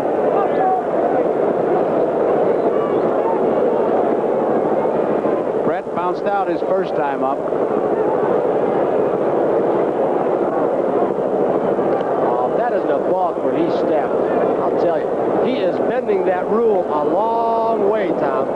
He is getting away with murder. And that one he did anyway. So they have those men in blue out there, though. Boy. Right? Didn't get it. I know my buddy Jerry Kuzman sitting at home watching Lefty throw here, the big lefty up in Minnesota. My teammate for so long in New York. He loves that nice wide left-handed move to first base. He taught some of these moves to Carlton, as a matter of fact. Outside. Steve never gives you the same look when you're a runner at first base. One time the head movement will be a little bit different. The leg kick will be a little bit different. He'll change his rhythm. Show you 8 or 9 different things. Bouncing ball. This could be 2. There's 1. There's 2. Record.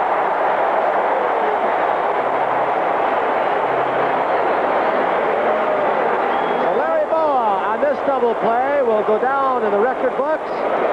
7 double plays, breaking the record held by Rizzuto, set in 51. Started his 7th double play. And you know, when you look at scouting report, this is from our left center field camera. He didn't waste the throw. He took it himself. Why mess up an extra flip? But also interesting, Tony, when he threw the ball, how he got UL out of there when he submarined it. Ball 1 on McRae. Everything that has been asked of him in this series. Getting on base, making all the plays. He's had an outstanding series to this point. Ray to Boa.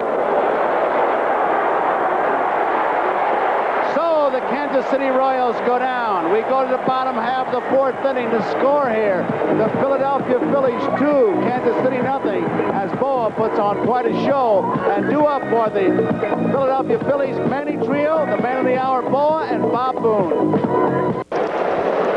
Manny Trio will lead it off as we get an overhead shot of Veterans Stadium, a jam-packed Veterans Stadium. And these fans, I tell you, this whole town, really, they're waiting. Strike 1. As Brian Gumbel said in the pregame show, they have never won a World Series here in Philadelphia. And, oh, are they ready. Curveball. It was a beauty. He really had him backing out of there. It missed, but it still broke sharply. 1 ball, 1 strike. Jam-packed as we go down towards the left field line. It is a high fly ball. Coming in Wilson, going out Washington. Who's going to get it? Wilson finally makes it. That was a routine play, and nobody apparently hollered till the last minute, Tony. Well, when you realize where Willie Wilson came from left field, right now Wilson knows that his infielders are in trouble. Avis Otis was playing a very deep center field. Frank White gave ground to UL Washington to cover second base. There goes Frankie, and then UL, for some reason, gave up on it. He looked toward Otis, and Otis wasn't there. Willie Wilson, that'll give you an idea of his speed. Where he came from to catch that ball in short center field, tell you how fast he is. I know it's not the same kind of a play, but the thinking was the same when Billy Martin made the catch. It almost sent him to the Hall of Fame. It was a pop line to infield in reality, and nobody wanted to catch it. There's a strike. Larry Bowa. Joe, the Kansas City Ball Club is playing the same kind of baseball they played for almost a month and a half.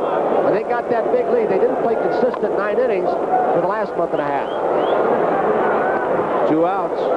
Brett to Akins. Gets Bowa.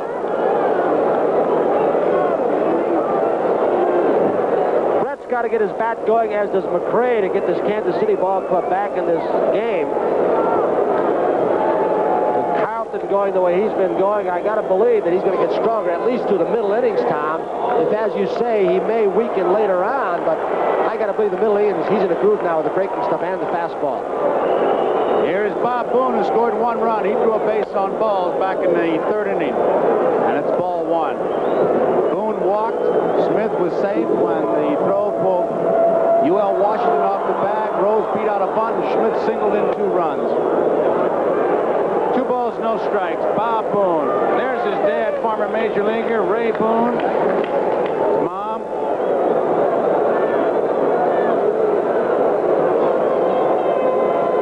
Phillies lead. Boone takes it high, 3-0. The on-deck batter is Smith, Lonnie Smith. Rennie Martin in relief of Gale. Bob's father, Ray. There is Smith on deck. Ray was one of the toughest RBI men I've ever seen. Gave him the green light. High fly ball down the line in right field. Cardinal coming on hard. He makes the catch, so Boone flies out. That ends the 4th inning. At the end of 4, the score here is Philadelphia 2, Kansas City nothing. I talked about Billy Martin. We're going to flash back with Mal Allen. You tell me if it was a tough play. It was a fly ball. Here it is again. Jog your memory.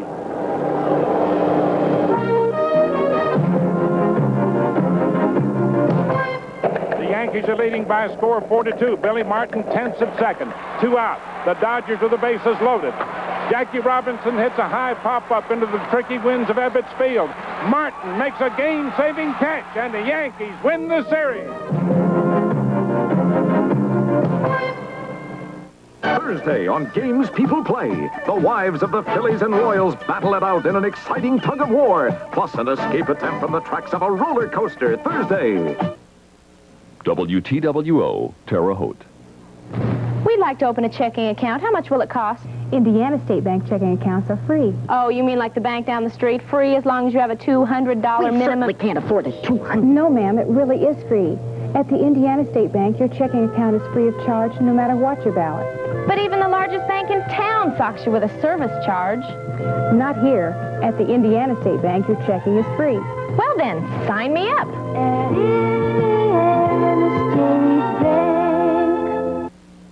Thanks, Mr. Sayers. Hey, wait! I forgot my straws! Hey, wait! My straws!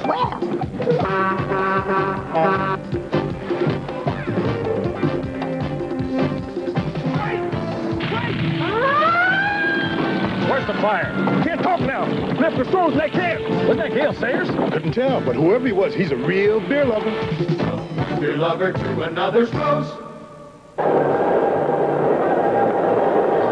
Joe Garagiola, Tom Seaver, Tony Kubek, our statistician Steve Dans back here in Veterans Stadium. Game number 6 of the 1980 World Series. Jim Fry, the manager of Kansas City, he finds his team down by 2 runs in the top of the 5th. Steve Carlton on the mound will face Otis, Aikens, and Watson. There's Herb Starrett, Dallas Green, the manager right behind him. Carlton has allowed just 1 base hit, infield single by Washington. He has struck out 4 and walked 2 through 4. Otis has walked. 1 strike. Otis needs 1 base hit. He's 1 short of tying a record for a 6-game series. Joe mentioned earlier, Billy Martin, 53 Yankees, had 12 base hits. So Otis has had an excellent series thus far. Phillies 2, Kansas City nothing. We're in the 5th. High fastball. Carlton way ahead. 2 strikes and count of Otis. Here's a good example of what the high fastball out of the strike zone will do to a hitter, especially when you have the kind of pop that Carlton has. Puts him right in the driver's seat. No balls and 2 strikes. A lot of things a pitcher can do in this situation. To set up a pitch, go right after him, especially when you're throwing as well as Carlton is. I've got to believe, and a factor that you mentioned earlier, Tom, that he has pitched over 350 innings since spring training began, that he's not going to try and waste too many. I got to believe he wants to complete this game, Carlton, and go after every hitter and use a minimum number of pitches. He goes outside, but just missed. 1 ball, 2 strikes. He's got a Kansas City Royals blue baseball cap on, but I got to believe that young man was a Phillies fan. Steve Carlton. Good pitch, but Otis fended it off somehow. Count will stay at 1 ball, 2 strikes. Oh, my goodness. He's left over from Saturday Night Live. He's one of our fans at NBC. Well, I know people all know that Tom Seaver's had an assistant up here, a member of his pitching staff from Cincinnati, Paul Moscow. We thought we'd give you a shot of him before this series was over. 1 ball, 2 strikes on Otis. Breaking ball, bounces, 2-2. Otis. You know, they've talked about Carlton not giving interviews. Another man very reluctant to talk to the media is Amos Otis at the plate. He cherishes his privacy. 2 balls, 2 strikes. And the 5th, no outs. Phillies lead 2-0. He blew it by him. Strikeout number 5 for Carlton. A good, lively fastball. Game number 2 that Carlton started, he had 10 strikeouts. Into the 5th inning now, he already has 5. And that one on just pure heat. He threw the ball right by Amos Otis. Well, during the regular season, Carlton pitched 304 innings. He had 286 strikeouts, the most in the major leagues. Nolan Ryan of Houston just got to the 200 mark. Willie Mays Aikens, who's had some kind of series, in 1 game, his first major league triple, a game-winning RBI, then 2 more home runs. 1 out. He is beginning to throw a little bit harder. You can almost hear the ball crackling into Boone's glove. 1 ball, no strike. 1 out. Breaking pitch. 1 strike. 1-1. Aikens with his 4 home runs in this series. 1977, I know you'll recall that. Reggie Jackson had 5, the series record. 2-1. Willie Mays Aikens.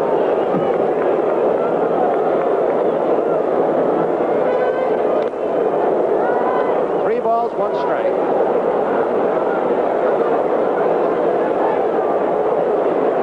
Another good play by Bob Boone behind the plate, especially off of Carlton. You're going to get a lot of sliders that are going to break down into the dirt. That's his outfit. Bob Boone, the Golden Glove catcher of the National League. You can see he is the only catcher in the major leagues who wears that old-style mask. Paul Pryor, the umpire on the bases today, the only umpire, popped up. Back of home plate should go out of play. It does. 3-2. You also notice that that hat just fits right in that mask.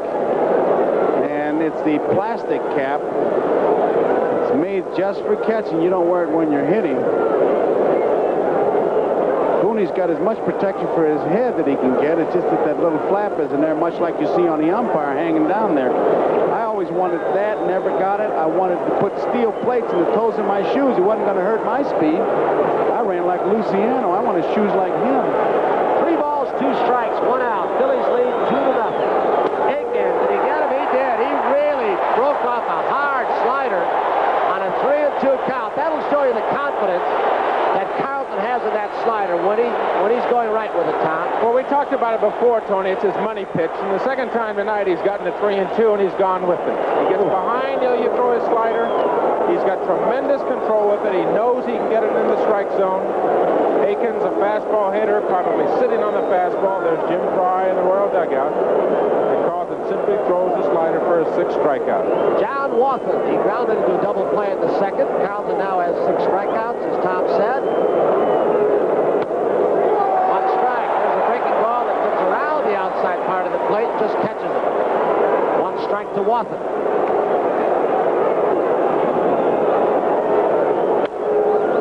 Hit up the middle by Wathan, second base into the ball game for the Royals. Washington has the other, so Wathan's on, and Jose Cardinal will step in.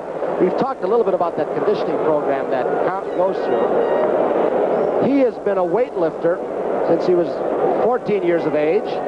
He had gotten into the martial arts, karate. Now he's gotten into kung fu. And it's difficult to explain the routine he goes through with Gus Heffling, who also worked for the Philadelphia Eagles. says he wants to make it a way of life after baseball. Do it every day, all year long. Carlton. First pitch to Cardinal. 1 ball, no strike. Not much money for guys like that. Vikings and Shepherds are about the same class. Kung Fu, how can you make any money? Steve's not interested in making money, and neither is Gus Heffling. They just know it is an excellent program. In fact, Heffling thinks that he could put it to good use in all of baseball. 2 balls, no strikes. On Cardinal, Heffling would like to have a separate program for every man on the field, not the same one for each position. Cardinal with 2 batting gloves on. Wathan off and running. Wathan will surprise you because he stole 17 bases during the regular season, was caught just 3 times. So he thought he caught Carlton by surprise and had an excellent jump, but it was fouled off. You'll get a look at the jump that Wathan gets. 2, 3, 4, 5 steps he had before Carlton threw the ball. That was a good jump. And still see Larry Boa, game number 1 off Leonard. Down by 4. He surprised everybody. May have set up the whole inning. Cardinal pops it up. Short right field. Trio back. He will take it himself as he waves McBride off in right field. So, Wathan is stranded at first base. We're in the middle of the 5th here at Veterans Stadium, Philadelphia, Pennsylvania, with the score. The Phillies 2, the Kansas City Royals nothing. Due up for the Phillies, the leadoff hitter, Lonnie Smith, and Pete Rose, and Mike Schmidt. Used to good friends. Tonight has gotten special. Bring it to fourth. This is rally leader. You out there, Chuck? We're pedaling as fast as we can. Everybody else is here. Where are you? Well, we've got ourselves sort of a weight handicap. How's that happen? You guys just brought the bread and cheese. We got a whole trunk full of Lowenbrow. When you want the taste of a truly great American beer, tonight, let it be Lowenbrow. Well, we're glad you made it. No fuss of the Lowenbrow. I've been thinking about the market lately. My broker says now's a good time to look into tax-free income. What'd your broker say? Well, my broker's E.F. Hutton, and E.F. Hutton says...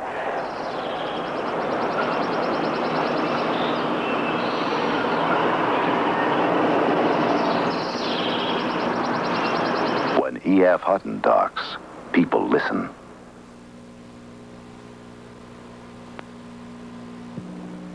Hey, Coach is back! What's going on? Lunch. Burgers, huh? Nah, Kentucky Fried Chicken. Coach says the Colonel only uses fresh quality chicken. Coach wants us to eat right. He says Kentucky Fried Chicken's a great meal at a sensible price. Smart coach. Smart enough to know what my boys like best. Right on, Hank! It's so nice, so good about a meal, so good about Kentucky Fried Chicken. For those of you who may be tuning in late, we welcome you to Veterans Stadium, Philadelphia, Game 6 of the World Series. We've reached the halfway point. Through 4.5, Phillies out in front of the Royals 2-0. And frankly, so far, the Phillies have played like champions and the Royals have not. Steve Carlton cruising along, struck out 6, allowed only 2 hits. The Phillies have turned 2 double plays behind him. By contrast, the Royals have had their problems. By allowing 5 outs in the 3rd innings, they allowed 2 Philly runs with a phantom force at second and a Rich Gale misplay of a bunt. Here at the Veterans Stadium, there seems to be a feeling of comfort among the Philly fans as they watch this ball game, that their team is very much in control. And frankly, the Royals have done nothing to threaten that comfort. Only Rennie Martin has been a bright spot for Kansas City as he prepares to face Smith, Rose, and Schmidt. Tony, he's retired 6 in a row. Thank you, Brian. To tell you exactly how those 2 runs were scored, Gale got himself in trouble to start off the inning, the 3rd, when he walked Boone. Then Smith, the ball hit to Frank White. He threw to Al Washington. White was charged with the air. Rose, a bunt single down the 3rd baseline. Rennie Martin throws the first pitch over the head of Lonnie Smith. 1 ball, no strikes. If it was a knockdown or brushback, it was a very weak one. That'll be a little bit of humor among the players because you don't knock down players with a breaking ball, Tony. Fouled off by Smith. 1 ball, 1 strike. You notice that Martin looked over at George Brett, I guess, to symbolize something about the knockdown, but it was a curveball, so it certainly was unintentional. Nobody upset about that at all. In that 3rd inning, Schmidt, with a single to right field, drove home both Philadelphia runs. Curveball missed inside. 2 balls, 1 strike to Lonnie Smith. 65,838 fans here at Veterans Stadium. Looking, and they've got a long way to go for the first World's Championship ever in Philadelphia. 2 balls, 2 strikes to Smith.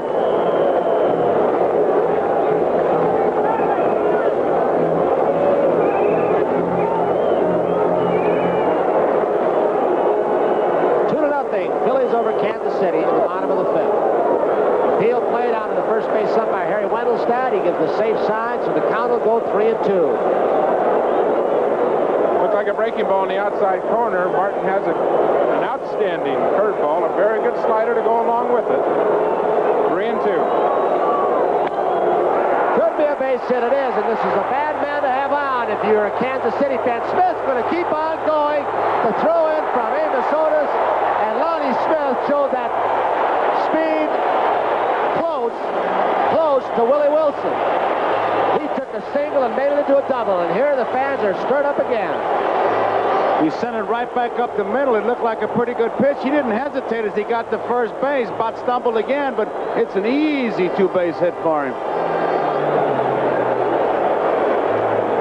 Otis was playing Smith, shading him slightly toward right center field, and as soon as Smith hit the ball, he knew he had two. He made that double from home plate to first base. You think it was an answer of McRae doing that to Maddox the first time and McBride the second? As if to say, we can do it too? Well, you can't underestimate the speed of this Phillies ball club. With Smith on second, Rose will try and pull the ball. Phillies lead 2-0. 1 ball to Rose. Brennan tied at third base.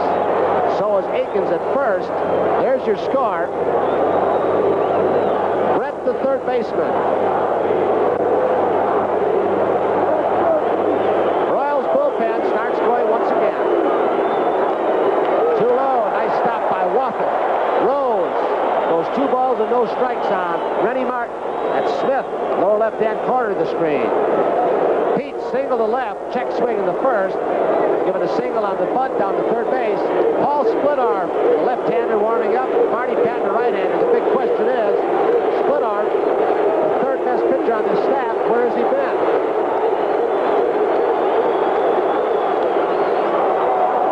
Two balls, 1 strike on Pete Rose.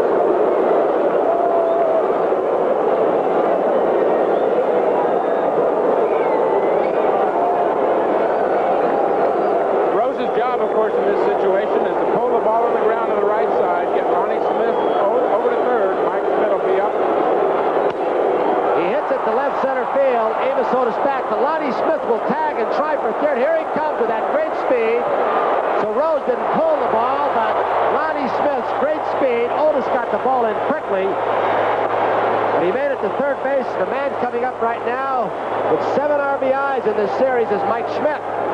Rose's job in that situation to get the runner at third, so Mike Schmidt will be up with that runner on third with one out. Of course, Pete, the consummate professional, you get it done any way you can, and Pete seems to be able to do it. A lot of ball clubs up until the 6th inning will pretty much let you hit straight away, making it an option. And knowing Pete Rose, you know he tried to pull that ball, but Rennie did a good job of keeping that ball outside. So Pete said, I'll just try to get the base hit the fly ball, and picked up the base. And that pulls the infield in. That's tough with this fella hitting. Rennie Martin will pitch from the stretch with Lonnie Smith at third. 1 ball to Mike Schmidt. Schmidt with a single to right field. There's Lee Elia flashing a series of signs to Schmidt. And believe me, he's not giving him the bunt sign. Schmidt has the 2 RBIs in this ball game. Phillies lead by 2. Fouled off. He had a good cut at a high breaking pitch. 1 ball, 1 strike on Mike Schmidt with 1 out. He was right on that pitch, Tom. It's a good example of the power hitter. You can see how he extends his arms. That's it. And the expression on his face saying, oh, how did I miss that one? An awfully powerful man, Mike Schmidt, can hit the ball out of this ballpark any place. Left field, right field, center field. 1 out, Lonnie Smith down at third base for the Phillies. Phillies lead over the Royals 2-0. We're in the bottom of the 5th. 1-1 the count on Mike Schmidt. Setting up outside. 2-1, so Martin is behind. Phillies won the first 2 ball games here at Veterans Stadium. Came from behind, went to Kansas City. Kansas City won the first 2, and it looked for a while, as we look at Smith again, that Kansas City was going to sweep the series there. But the Phillies came back. They need just this 1 victory in game number 6 to become the world champions. 2-1. Good pitch. Count goes 2-2 to Mike Schmidt. Martin faced Schmidt the last time in game number 3. First time he faced him, he ran a 2-2 count through a curveball, and Mike grounded out to short. Of course, Mike, in this situation, looking for a ball he can drive to the outfield, get a sacrifice fly. He's got an edge with that infield end and the artificial surface. 2 balls, 2 strikes for Schmidt. Nice stop by John Wathan. He just saved a run. Beautiful play. He got that body in front of it. Your job is not to catch it. Your job is to block it. And that curveball from the right-hander, when it hits the ground, will break towards his left shoulder. Watch it reverse. And that's why you have to get right at the edge. And it takes a little bit of guts to do that.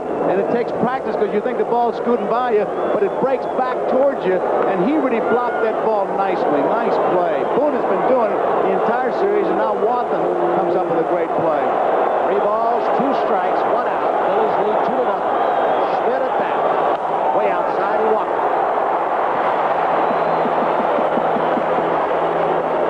Well, we have a chance. We're going to pause briefly for station identification. This is the NBC Television Network. WTWO, Terre Haute. Big McBride, the cleanup hitter, scheduled to hit right now. Joe Garagiola, Tony Kubek, Tom Seaver. There's your score. Phillies 2, Royals nothing. Phillies have runners at first and third with 1 out. Paul Splithorn, with McBride coming up to bat, will replace Rennie Martin, the 3rd pitcher used by the Kansas City Royals. So there's a break here at Veterans Stadium in Philadelphia. The score, the Phillies 2, the Royals nothing. Mustang. The sky's the limit for 1981. Now Mustangs available with a rakish new T-roof. Mustang, born to run with the wind, sure-footed to handle quick turns. Mustang, a world of high gas mileage you might not expect from such a high-spirited car. Mustang! Capture a Mustang, America's most popular sports car. From the world of better ideas at Ford. You're the Pepsi generation, the spirit of today. And with every taste of life that's new, well, that Pepsi spirit shines right through. Catch that Pepsi spirit. Drink it in, drink it in, drink it in. Catch that Pepsi spirit. Drink it in, drink it in, drink it in. See this little baby? No other pocket camera does what it does. It's unique because only the new Kodak Extralight cameras have built-in Sensolite flash. Sensolite flash turns itself on and flashes automatically when you need more light. It even turns itself off. You'll never worry about flash again. These new cameras with Sensolite flash are the easiest to use Kodak pocket cameras ever. I trust my stories to cameras and film from Kodak, America's storyteller. Sophia Loren, her own story, starring John Gavin as Cary Grant, Rip Torn as Carlo Ponti, Sophia Loren as her mother and herself. A 3-hour world premiere Sunday.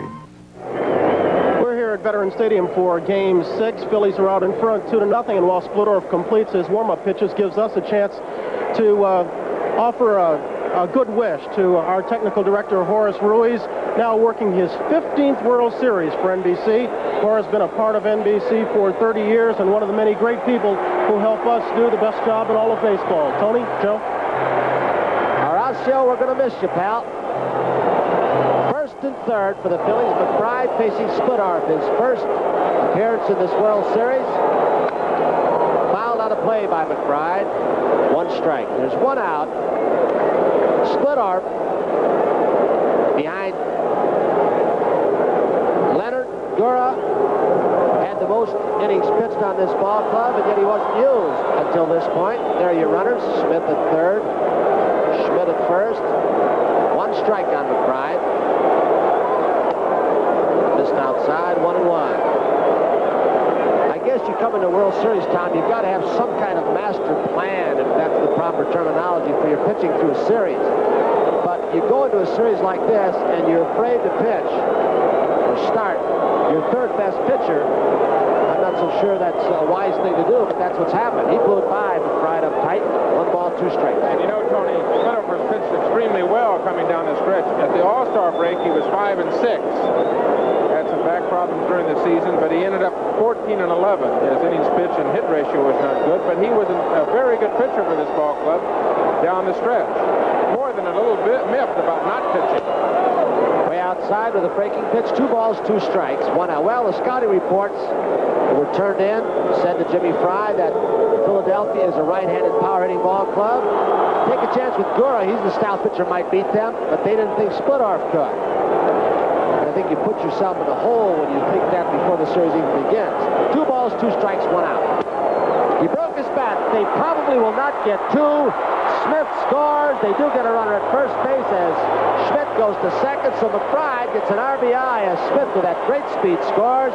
Phillies lead 3-0. He really sawed him off.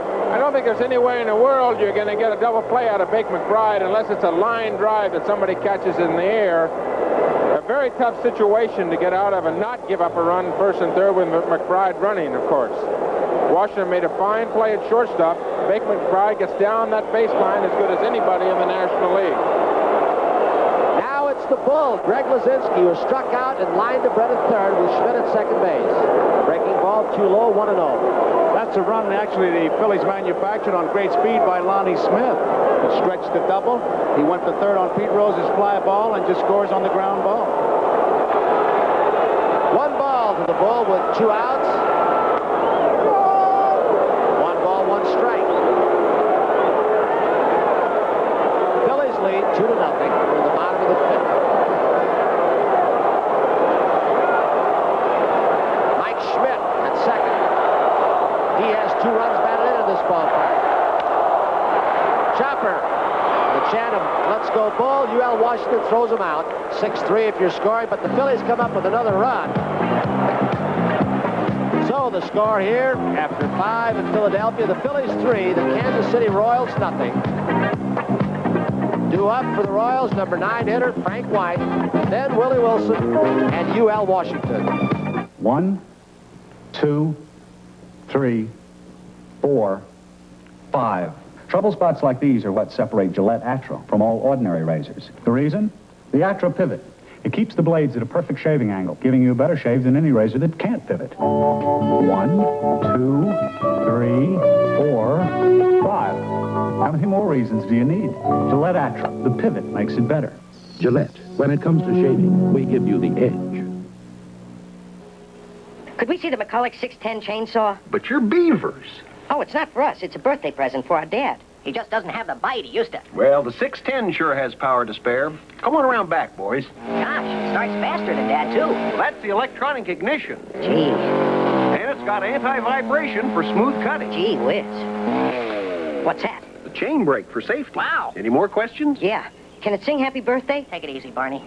McCulloch 610. Sawing is believing. Where in the world are we? Now, what's this place? Welcome to the last place on earth. Look at all this. Dear. Like my boutique? Cute. Yeah, we just have traveler's checks. Citicorp? Yes. Love them. Imagine Citicorp travelers checks are even accepted in the last place on earth. Our lucky day. Travel the world with us. Citicorp Traveler's Checks.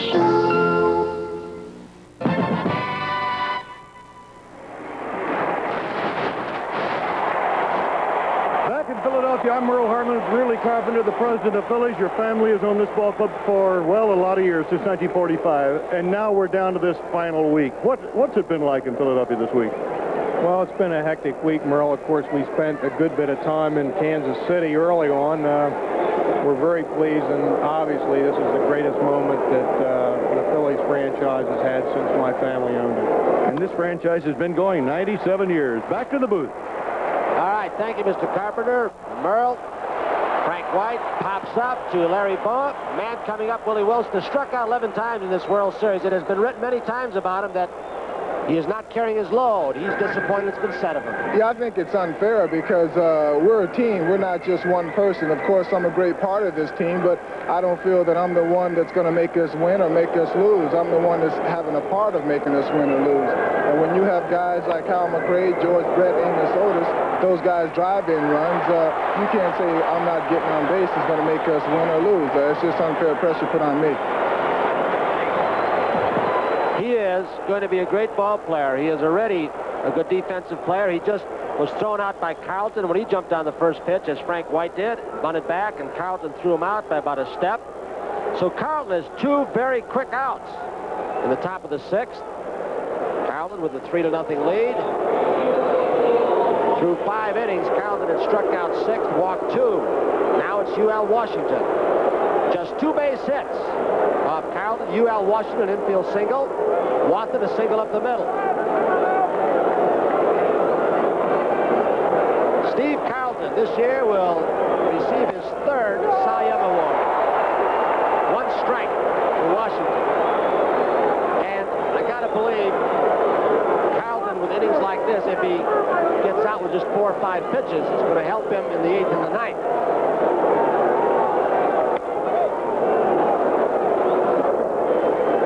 One to Washington. There are 2 outs.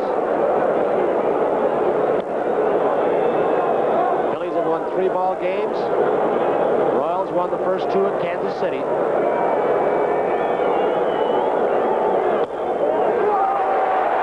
ball, 2 strikes. Again, our radar gun down there, Tony, has Carlton about 88, sometimes 89 miles an hour. And again, I don't believe it. That last pitch was a pitch he turned over, though. And with that sinker ball action, it might not be quite as hard as when he throws that riding fastball. 1 ball, 2 strikes, 2 outs. His pitches have good pop on the end. They get to that hitting zone out in front of home plate where those hitters like to make contact. And that fastball is exploding through that hitting zone. That's one of the keys of pitching. Fastballs do 3 things. They go a certain place, they go to a certain speed, and they have certain movement on them. And of the 3 of those things, that movement is probably the most important. 1-2 pitch to Washington, fouled out of play.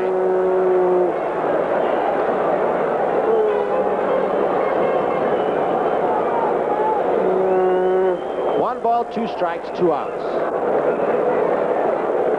In the top of the 6th, the Phillies leading 3-0.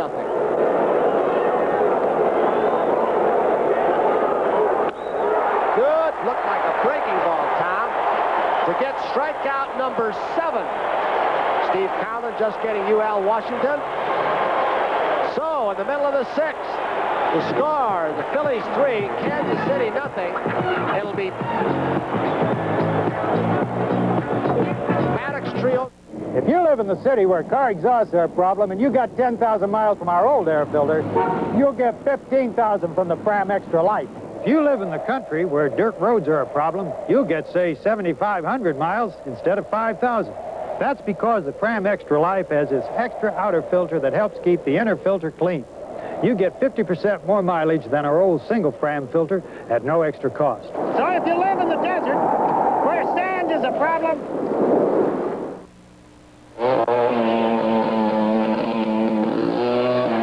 now comes Miller time. The flag is dropped, the race is a memory. And now you're coasting into the best tasting beer you can find. Miller High Life, America's quality beer since 1855. If you got the time, if you got the time, we've got the beer. If you got the time. When I was a kid working this old gas pump, I never thought I'd be back here telling you that Pennzoil saves gasoline. But now, that same Pennzoil that protects your engine saves you gas. Pennzoil has added gas savings to their regular multi-weight oils, and they've done it at their regular price. That way, more people can afford to save gas. Gas-saving Pennzoil. Quality in every extra mile. Maddox Trio Boa to face Paul Splittorff. The 3rd Royals pitcher, Gale, started. Martin came in, and now Splittorff. 1 ball to Gary Maddox with the score here in Philadelphia. 3-0. The Phillies lead over Kansas City. Carlton has allowed just 2 base hits. 2-0. Dallas Green, the man who took over this ball club at the end of last season. And on the last day of the season, he told this Phillies ball club that you go home and look yourselves in the mirror, because you're a much better ball club than you showed this year. And he has been on some of these players all year long. There is Jimmy Fry. Saw his club get off to a big lead early in the Western Division American League. Count goes 3-1 now to Gary Maddox.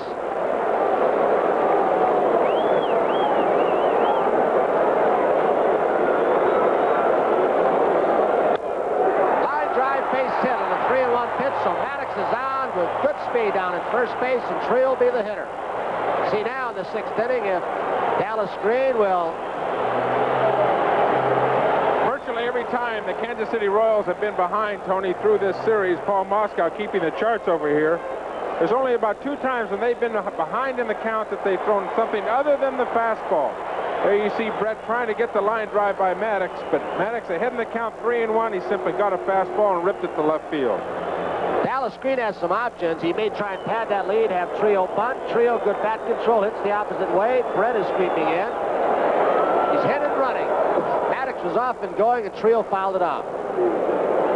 This Phillies ball club has really been under intense pressure throughout the second half of the season. Maddox looking at a sign from Elia. They won 23 of their last 29 on the road.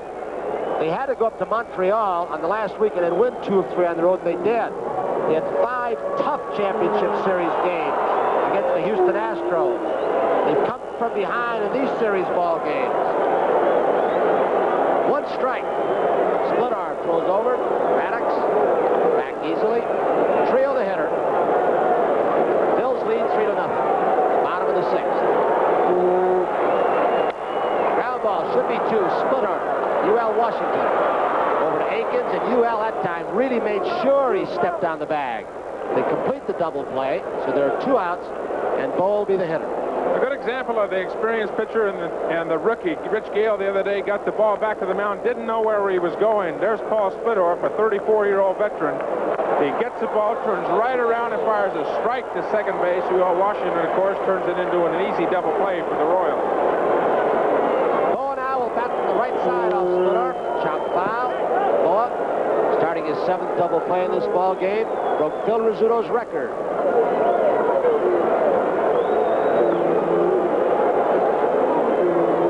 Strike with 2 outs. Way up on the bat, about 6-8 inches. 1-1.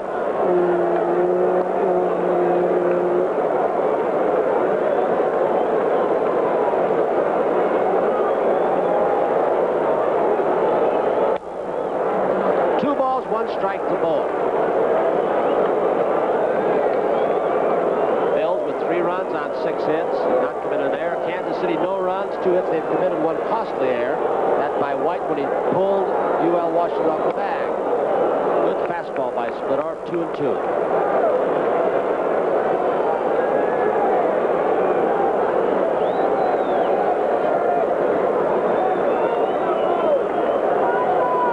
That sign in the back of Splittorff, 1950. National League champs. Those are the Wits kids. Robin Roberts, Richie Ashburn, Eddie. Drilled in the left field corner. Bo's going to have extra bases. Willie Wilson to the wall. Wilson into third base with a throw, so Boa continues to have an excellent World Series with a double off the screen.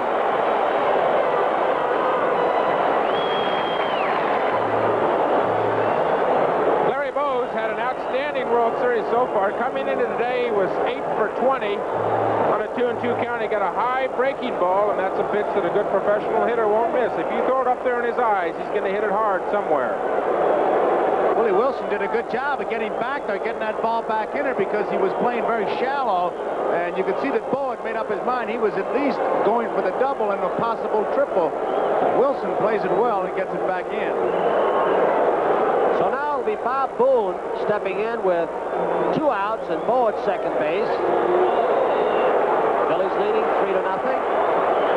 Bo looking around, checking the outfield.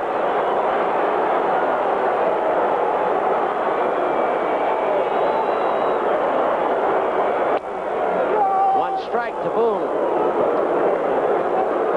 Boone walked in the 3rd. That set up that inning where 2 runs were scored. Schmidt got the 2 RBIs. Bo is at second now. Boone is also flying to right. Pull the string. Base hit.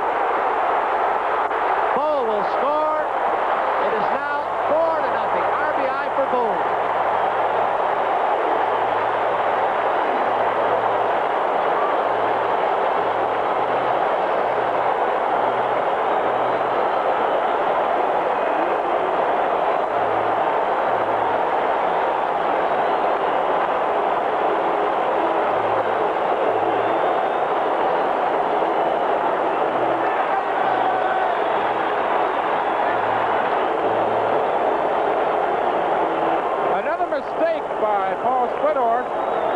kept his hands back. It didn't look like that bad a pitch, though. Tony got the ball down, and Booney was out in front, and, of course, Larry Boa scored easily.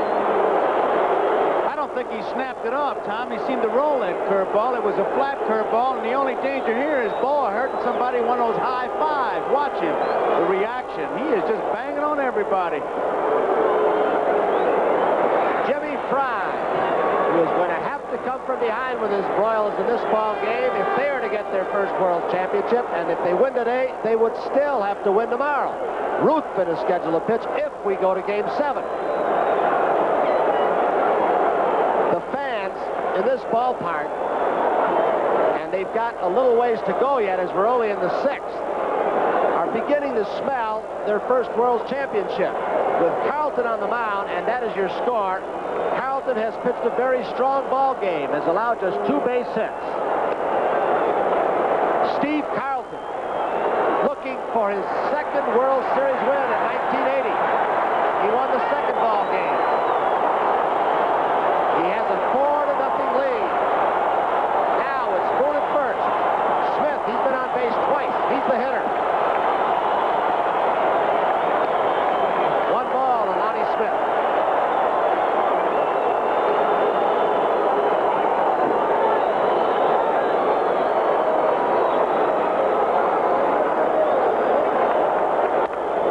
Outside, 2 balls, no strikes, with 2 outs.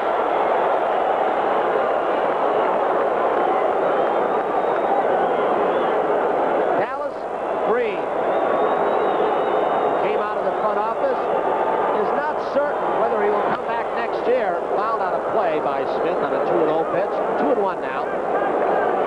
Dallas Green has made the comment. He's had run-ins with a lot of his ball players. He said, I don't care if they don't like me.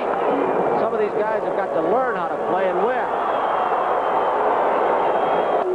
Outside, 3 balls, 1 strike. Green has not yet committed himself as to whether or not he will return next year. He said a few trades are made. I might come back. Better believe that Rudy Carpenter and the bunch will want him back. 3 balls, 2 strikes on Lonnie Smith with 2 outs. Bob Boone's at first. The Phillies lead 4-0. He managed by that old school theory of, I don't have to like them. They have to get to know me. Well, he had his leader on the field, and Pete Rowell, Seaver talked to him before the ball game. Fly ball, center field. Amos Otis over to right center. He's got it. So the Phillies will strand a base runner, but Boone, with a big RBI single, adds the Philadelphia lead after 6, 4-0.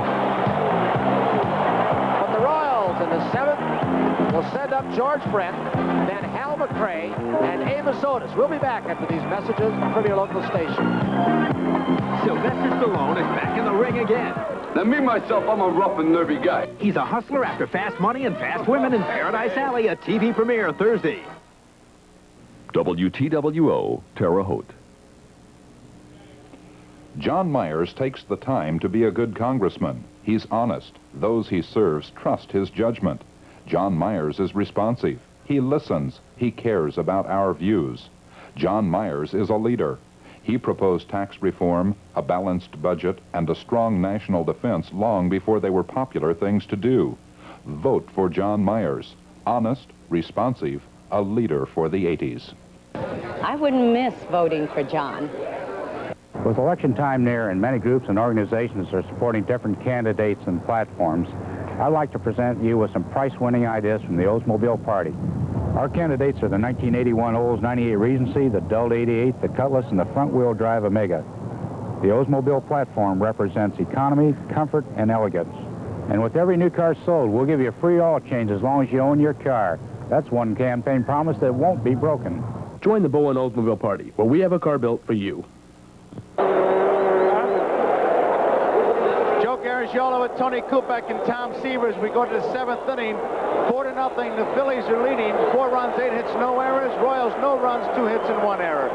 This telecast is presented by authority of Major League Baseball and is intended solely for the private, non-commercial use of our audience. In any publication, reproduction, retransmission, or other use of the pictures, descriptions, and accounts of this game without the express written consent of Major League Baseball is prohibited. Jim Fry says it all as he sits there. Gross is the new left fielder, replacing Lonnie Smith for the Philadelphia Phillies. They lead by 4. George Brett, Hal McRae, and Amos Otis. Somebody's got to get something started for these Kansas City Royals because time is running out. And Carlton, 7 strikeouts. He has walked 2. He has allowed 2 hits. Bounces all the way back. And Carlton in 1980 lasted past the 6th inning in 40 of his 41 starts. And this includes postseason play. There's a strike. And the way Carlton has been going, George Brett may be batting for the last time in this game. Carlton is going in to nail it down. Line foul. 1 ball, 2 strikes. 65,838. It's the largest crowd in Vet history. It's the largest World Series crowd since October 11th of 1964. A base hit in the right field, and Brett is on. I think that hit right there will give you an idea of the kind of hitter Brett is. He had to be protecting the outside part of the plate, looking for a breaking ball, and yet Carlton threw, I think, the pitch he wanted to, Tom, high and tight, and yet he still could get around and drill it through the infield. He did make a good pitch. Against Carlton, you have to protect an outside corner. You have to protect against that slider, but Brett is quick enough to turn on that ball and hit it in the hole. Here's Hal McRae. McRae came into this game hitting at 450. Off the handle, a high fly ball, short left field. Boa going out, taking charge, makes the play.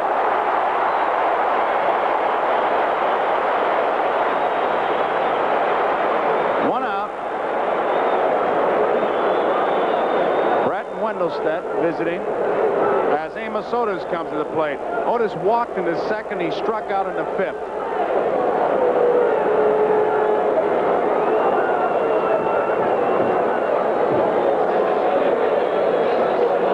See the defense with Otis, the batter, and Brett on at first base.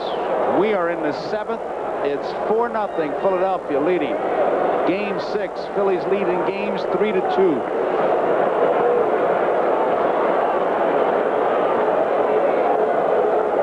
Strike 1. Good fastball. He's just rearing back and firing now.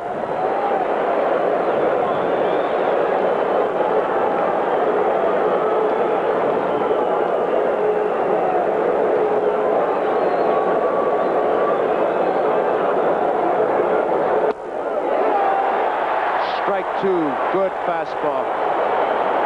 Well, Carlton's thrown 2 of his best pitches right out there on the outside corner. You see Brett at first. And now what do you do if you're the hitter? 0-2, he's got nasty sliders. Is he going to go out there or come inside? High fly ball deep to right field, way back. McBride near the wall makes the catch. A 2-strike, no ball count. Notice made a bid for a home run, but not enough. Carlton has thrown about 90 pitches so far in the game, and this might be the worst pitch that he's thrown so far. It's the same kind of pitch that Otis hit off of Ruthven the other day in Kansas City for a home run, a fastball up and out over the plate. McBride made a good play going just short of the wall to haul it in, but where you have to throw Otis the hard stuff in on the inside part of the plate. What in the world was our cameraman for that? That was some shot. You saw that ball go right in the glove. Tom, you think the 4-run lead is what made him throw that ball down the middle? I think it was a mistake, Joe. Made 2 beautiful pitches and tried to go away. I think he probably wanted to go in. Aikens, a curveball is a strike. It's one of the dangers you have when you get a little bit of a lead. Pitchers start throwing that ball down the middle. They don't want to walk anyone. Curveball hangs high, and it's 1 ball and 1 strike, 2 outs. Carlton has really got a good pace going now. First time he pitched earlier in this ball game, they were stepping out on him. Now the hitters are jumping in, and he's got what he wants. No pitch. Time. 3 umpires called time. Something happened. The third base foul line umpire out to pick something up that was thrown on the field. Thinking. There's the bullpen. Ron Reed, the right-hander, and Tug McGraw up once again for the Phillies.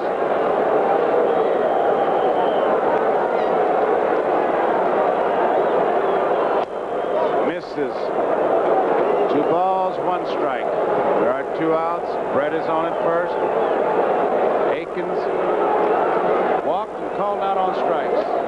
bases. 3 balls and 1 strike. Carlton has walked 2. They were back-to-back in the second inning. The first time Aikens faced Carlton, game number 3, faced him 4 times, went 1 for 4. Walked him 1 for 3. Walked him 1 time. In those 4 trips to the plate, Aikens saw only 4 fastballs. A full ration of curveballs and sliders. Strike. 3-2, a full count. This crowd is starting to rev it up. Now, over the last 2 years, Willie Mays Aikens has hit about 155 total off left-handed pitching. Time is called again.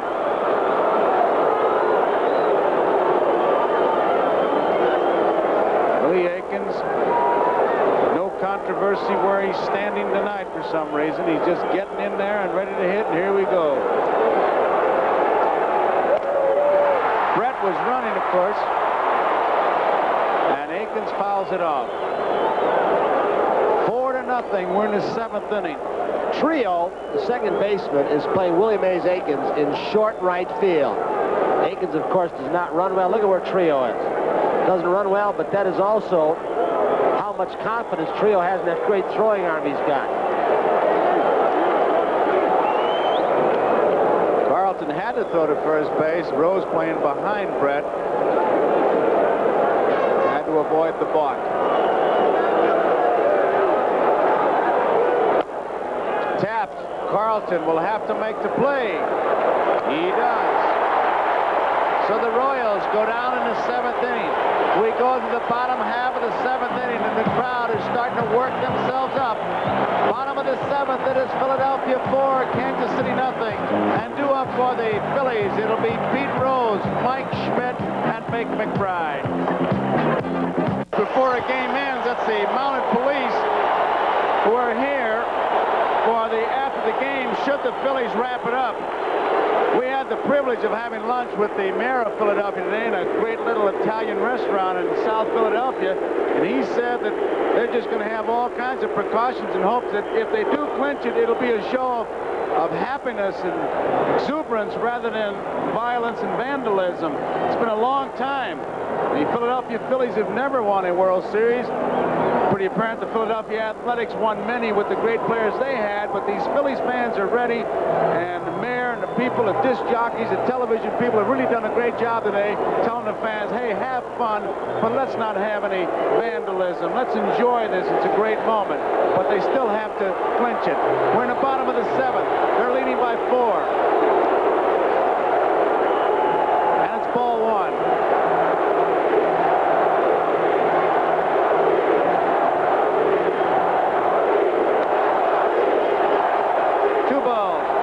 Strikes.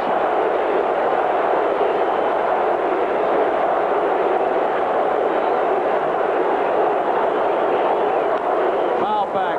Mike Schmidt is the on-deck batter, and I'll tell you, the most valuable player is going to be tough to choose. Boone is 7 for 17, a .412 average. Schmidt, who you see there, 8 for 20, a .400 average, 7 RBI, 6 runs, 2 home runs. Boa, 391.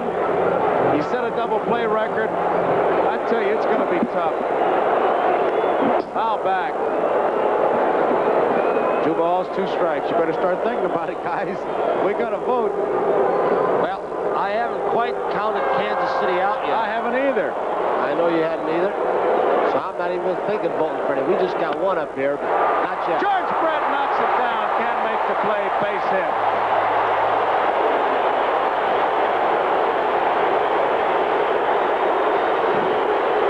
We've talked about Brett throughout this series as not being a one-dimensional ball player, and how aggressive he is, not only with the bat, but with a glove. He almost robs Pete Rose of a base hit to left field. He is very quick. Brett weighs about 200 pounds, but you can see his agility right there. That ball was hit really hard, and yet he still got a glove on it after 2 or 3 quick steps in the dive. Split arm is going to leave, Joe. There you see George Brett with Frank White. 4 runs, 9 hits, no errors for Philadelphia. No runs, 3 hits, and 1 error for the Kansas City Royals as Fry makes a pitching change. So we've got a break in the action, and there is Kenny Brett, George's brother. Marty Patton is coming in the ball game. We'll be right back after these messages. Marty Patton continues to loosen up. While I got a chance here, we wished well to Horace Ruiz, who his last World Series is going to be retiring. I think he exemplifies our entire technical crew. We've done such a tremendous job working the wee hours of the morning, getting those cables set, getting us great pictures. And I saw a line that belongs to Ernest Hemingway. It was applied to Tug McGraw. I think it belongs also, as far as Horace Ruiz and our technical crew, grace under pressure. Great job, guys, all of you. And here we go, Mike Schmidt. He had a tough playoff series. He said, but you'll hear from me. He started off slowly here, but they've heard from him. It's a strike. Donna Schmidt looking on. Patton's first appearance in this series. He was 4-0 during the regular season with 4 saves.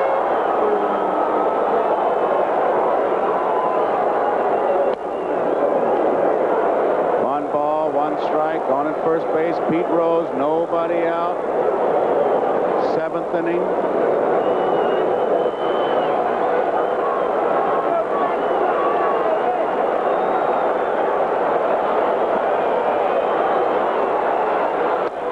Fastball is inside. 2 balls and 1 strike.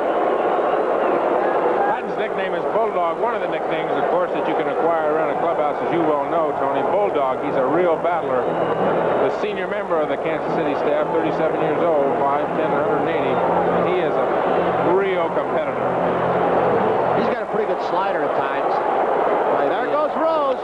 Swung on, missed. Here's the throw. It is in time. Nice play by Frank White. Low throw, scooped it up, put the tag on Rose, and he's out trying to steal. It's the kind of throw that an infielder taking a tag at second base doesn't mind. You'd like to have it down there, especially on this throw from wanting a short hop. I can still remember Tony Gil Hodges, who was my great manager with the New York Mets, talking about sliding straight into the base. And you can see as Pete tries to get off to the side, the quickest way to the base is a straight line. Maybe he figures he knows he's out. Curveball misses. 3 balls and 2 strikes. There you see Pete.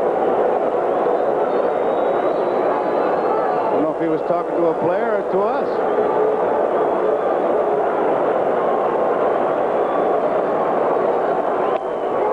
Struck him out. Mike Schmidt caught looking. Strikeout. So there are 2 away. Brings up Hank McBride. Patton's got a pretty good breaking ball, a slider, and Mike evidently looked like he was fooled on the pitch because it's right there. A fine pitch by Marty Patton. 2 men out, nobody on, 4-0. Philadelphia leading, bottom of the 7th.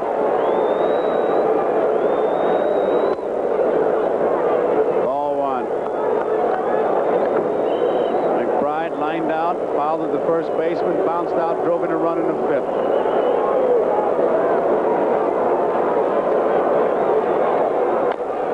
High chopper, Akins to Patton, gets by him.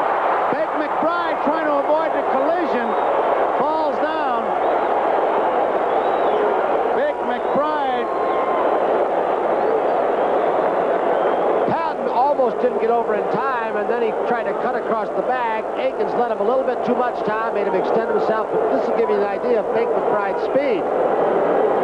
Akins a little bit too far out in front to Patton. Good shot of Wathan backing up the play. It'll be an error on Akins. Patton did get over there in good time, Tony. He made a good run to the line and goes up the line. It's the bad throw from Akins that pulls him into McBride's path. If he'd had a good throw, it had been able to touch the bag and come right back into fair territory. But the bad throw pulled him in front of McBride. So McBride is on. Batter is Luzinski. It's low, ball 1. 2 men out. The official scorers are Phil Collier of the San Diego Union He's the president of the Baseball Writers Association. Don Pfannenstiel, Independence, Missouri Examiner. Luzinski doesn't get it. And Bob Kennedy of the Camden Courier-Post. Those are the official scores, and they ruled Akins was the culprit.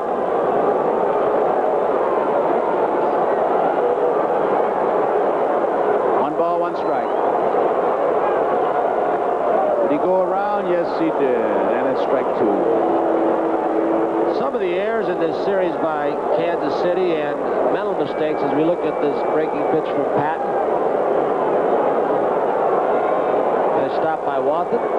But I think some of the mental mistakes and errors have really put this Kansas City Royals pitching staff in trouble throughout this series, Tom. They've made them make those extra pitches, giving the extra out to the Phillies.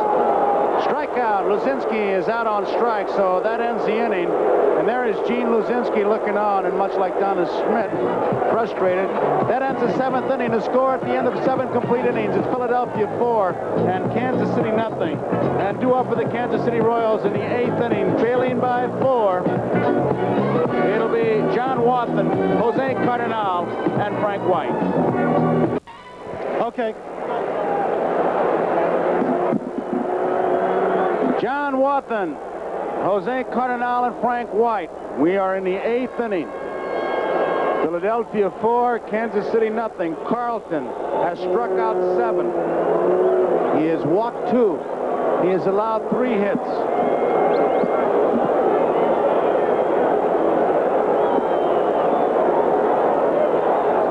A single by Washington in the 4th. Double play and rubbed that out. After 2 strikeouts, he gave up a hit to Watson. Ball 1. That was in the 5th inning. And then Brett led off the 7th with a single. Carlton retired 3 men in a row. It's a strike. Carlton, to me now, is using the Sal Ruggeman theory, throwing strikes where the high ball hitters hit over it and the low ball hitters hit under it. He's throwing it right down the middle with something on it. He's got a... It's outside. Ruggeman was the pitcher with Detroit and the White Sox, and I love this theory. Throw it down the middle, low ball hitters hit under it, and high ball hitters hit over it. That's a bad theory in the 6th game of the World Series. You get in a pattern, that would start just throwing the ball down the middle, and all of a sudden you get in the groove, you get tattooed, and can't get back in your rhythm. You start getting cute out there, nipping corners and walk somebody, and you're going to get nailed right to the outfield fence. 2 balls and 1 strike. The one thing he wants to stay away from are bases on balls. 3-1 to count. That's Carlton's 100th pitch, Joe.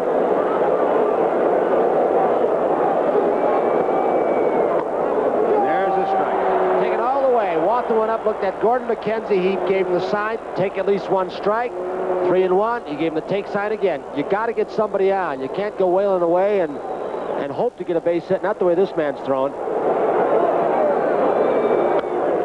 Out of play. Count remains full at 3-2. He's just gone over 100 pitches, and to put it into perspective, here in the 8th inning, he's got 102 now. In Game 3, when he pitched against the Royals, he pitched 8 innings, won the ball game, but in those 8 innings, he threw 159 pitches. He's much, much sharper tonight. Fouled out of play once again. He's coming right down the middle with it. I'd say I think it was a tremendous idea you had, Tom, to get Paul Moscow to keep an in-depth chart for us and use the radar gun, and we can see patterns that have developed through this series that you pointed out, Carlton to Akins, and what Carlton and other pitchers have thrown. He walked him. A base on balls. That's the 3rd walk given up. First base runner here in the 8th. Cardinal the batter, nobody out. And now Boone wants to go out and talk to him.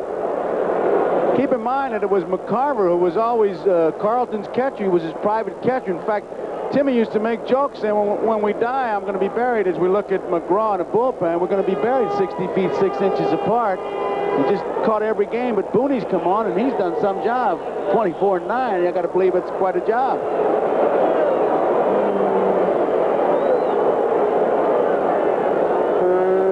Cardinal, he is looking for his first base hit. Taking all the way, it's a strike.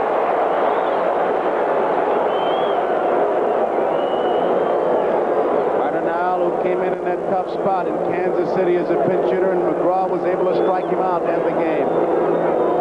Line drive, pull foul. field line. 2 strikes. Wathen heads back to first.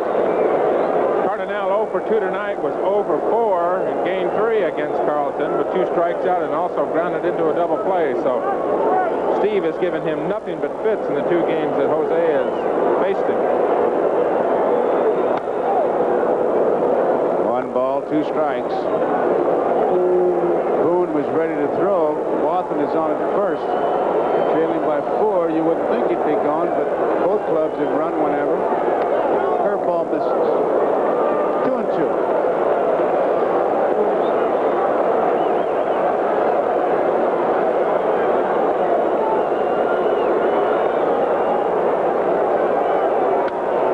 Line drive, base hit. Cardinal has his first base hit. Wathen stops at second. Nobody out, and Frank White is the batter. Tom, looked like a breaking ball, a slider that Carlton got up. Dallas Green, Bobby Wine. Is he going to make a move? He has McGraw ready. I would believe that that was kind of a sign he had with the bullpen when he went to his left arm as he came up to the top step of the dugout. McGraw is ready, and his crowd will really react when he comes on because he has really been something. He is going to make a move, and Carlton should get a nice hand as he walks off. The crowd's starting to react already. McGraw's had quite a day.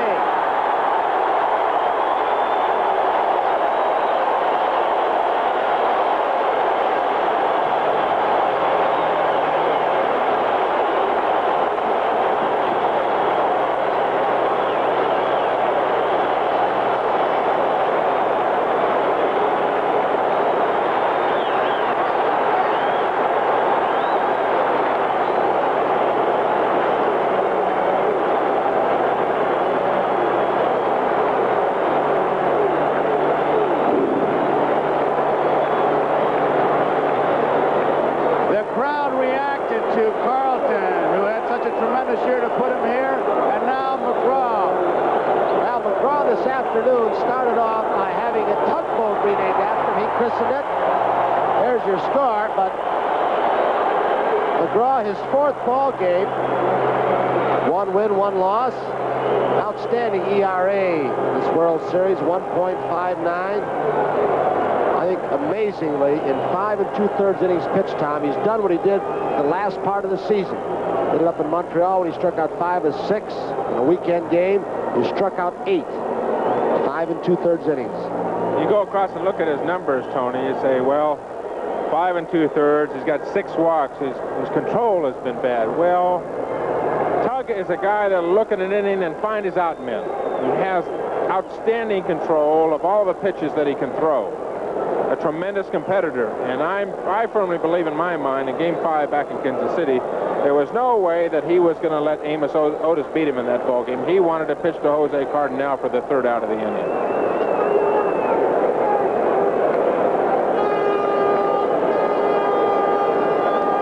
Tug McGraw, the man of the hour in this crowd, some 65,838 reacted to him coming in. Joe Garagiola here with Tony Kupek and Tom Seaver. This is Game 6. The Phillies leading in games 3 games to 2, lead in this game 4-0. McGraw's replaced Carlton. We have Wathen on at second base. Cardinal is the base runner at first.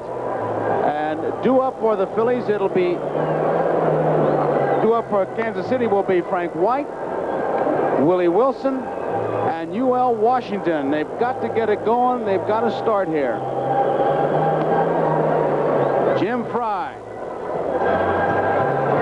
Base runners at first and second.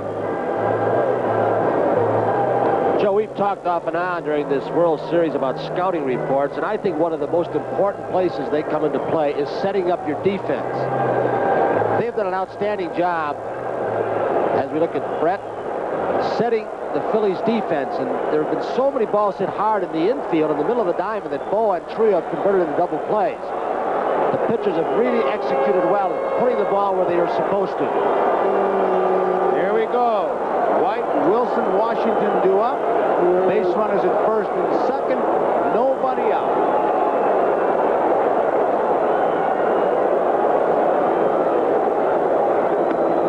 Takes it continue to take a strike. First two hitters hit off Carlton. There's your defensive alignment for White, Boa, and Trio playing up the middle of the diamond. Looking for the double play. Maddox shade toward right field.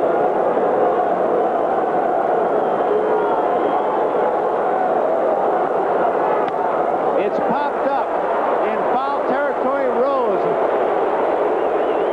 One out.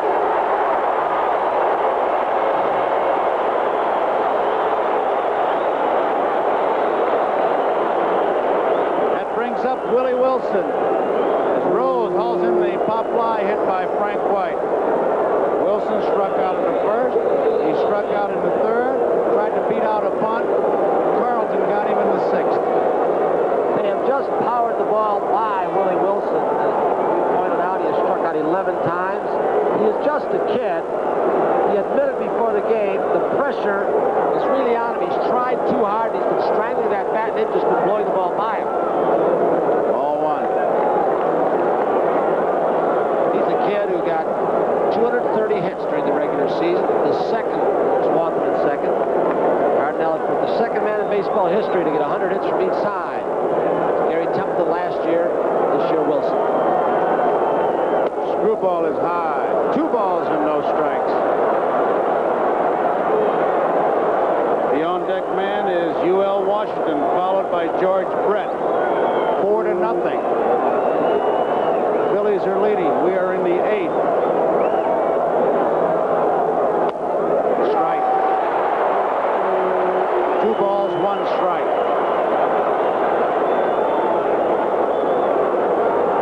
Gordy McKenzie. Coaching at third. Not much going on here. 2-1 count. 3-1. Now he'll take a look down at his sign. Graw pitching himself into trouble. If Wilson gets on, the tying run will be at the plate in the person of UL Washington, followed by George Brett. Wathan at second. Cardinal at first.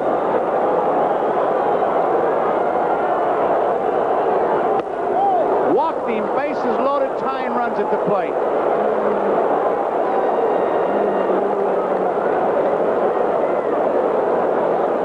The obvious controversy in this inning, of course, is Dallas Green taking Steve Carlton out while pitching a shutout, just giving up 4 hits to the Royals through 7 innings and getting into the 8th with the first 2 men getting on. But a well-rested Hug McGraw in the bullpen and the job that he's done so far and the job that he's done down the last half of the season for the Phillies, plus the fact that Steve Carlton had pitched 350 innings, counting everything from the start of spring training.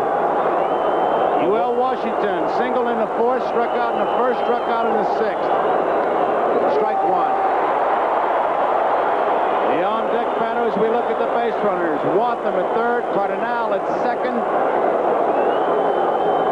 Willie Wilson is at 1st. Tom, I guess you've got to go with what got you here. Fry's done the same thing with Quisenberry. McGraw's had the kind of year you just talked about, the finishing part of the season. McGraw's done the job more than Quisenberry has so far in this World Series. Low screwball, 1 ball and 1 strike. There's the on-deck man, George Brett. 4-0. The tying run is in the batter's box. The Royals have got it going, but several times during this series, they have not been able to come up with that key hit. There they are. The bases are loaded. 1 out. Foul back. 1 ball, 2 strikes. What Jimmy Fry was saying before this ball game, trying to sum up what's happened to his ball club, he said, we haven't gotten the big hit, and we haven't made the big pitch. When you can't do that, you got a bad problem. There's Fry.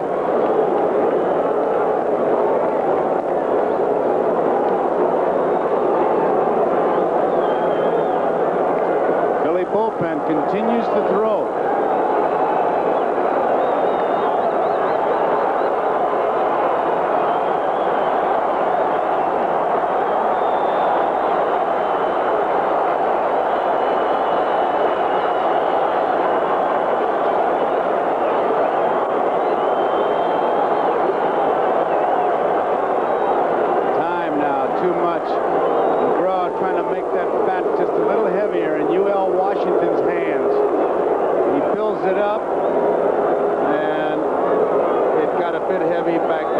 bases loaded.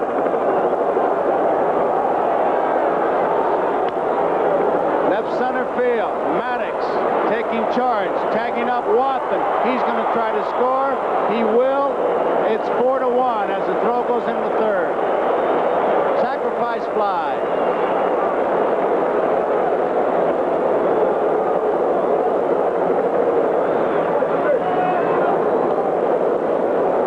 So McGraw gets his second out, and it brings up George Brett. 4-1, base runners. Cardinals at second, Wilson is at first.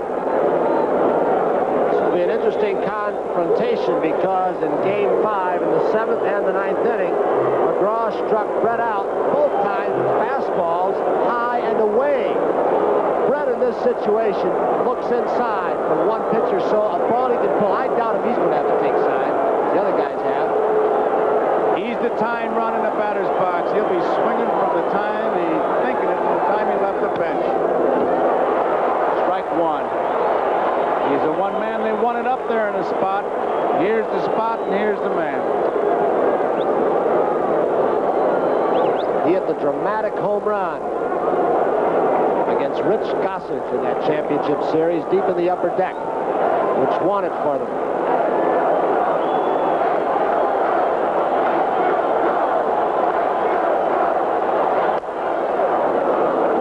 One strike.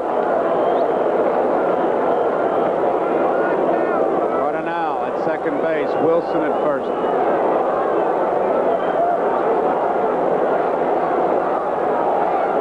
On deck, Hal McRae.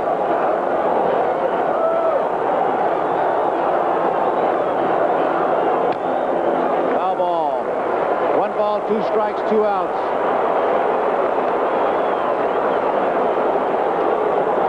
See if McGraw now continues the pattern which he struck Brett out in game number 5 twice and go to the fastball. You got to believe that Brett's going to be looking that way.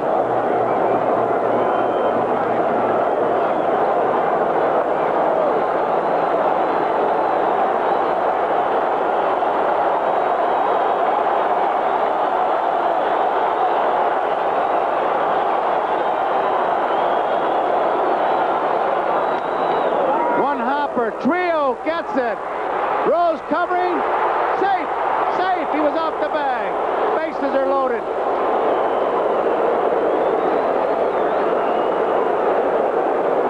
McGraw went with a screwball, I believe, or a slow curve. Couldn't tell exactly what the action of the ball was. Trio makes an excellent play.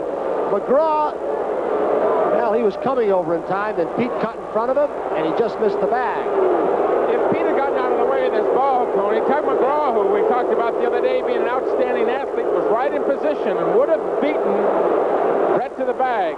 After that fastball gets out of the way, after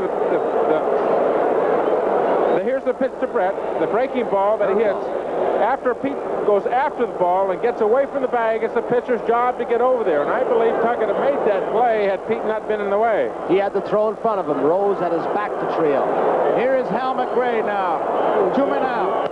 It's high, ball 1. Remember, Willie Aikens on a ball came back to Gura, missed the bag, and Schmidt had a home run. The Royals fans are saying, can lightning strike? McRae. Bases loaded. High. 2 balls, no strikes. McRae has just 1 RBI in this World Series, but he hasn't had a whole lot of opportunities. He's let off a lot of innings. He has not left that many men on. He's got singles to keep rallies going. High, ball 3. 3-0. McGraw. 3 balls, no strikes to McRae. And he took a good look at Gordy McKenzie. The bases are loaded. There are 2 outs. Phillies are leading 4-1. Taking. It's a strike.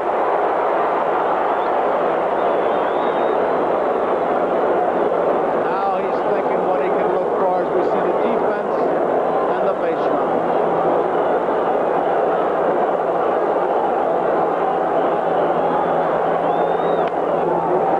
Down the right field line near the stands. Rose giving it a chase.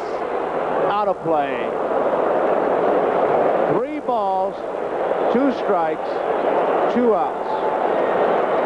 8th inning, Philadelphia 4, Kansas City 1. Three players with outstanding efforts. Rose will climb the tarp. McBride coming from right field, and Trio coming from his second base spot. What intensity. George Brett, if you're scoring, was credited with a hit.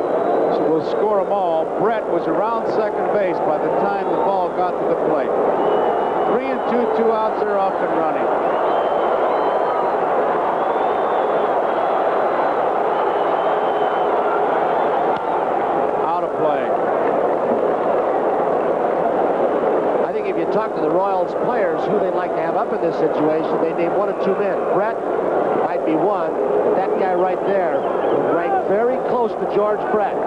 He's been a tremendous clutch hitter for that ball club.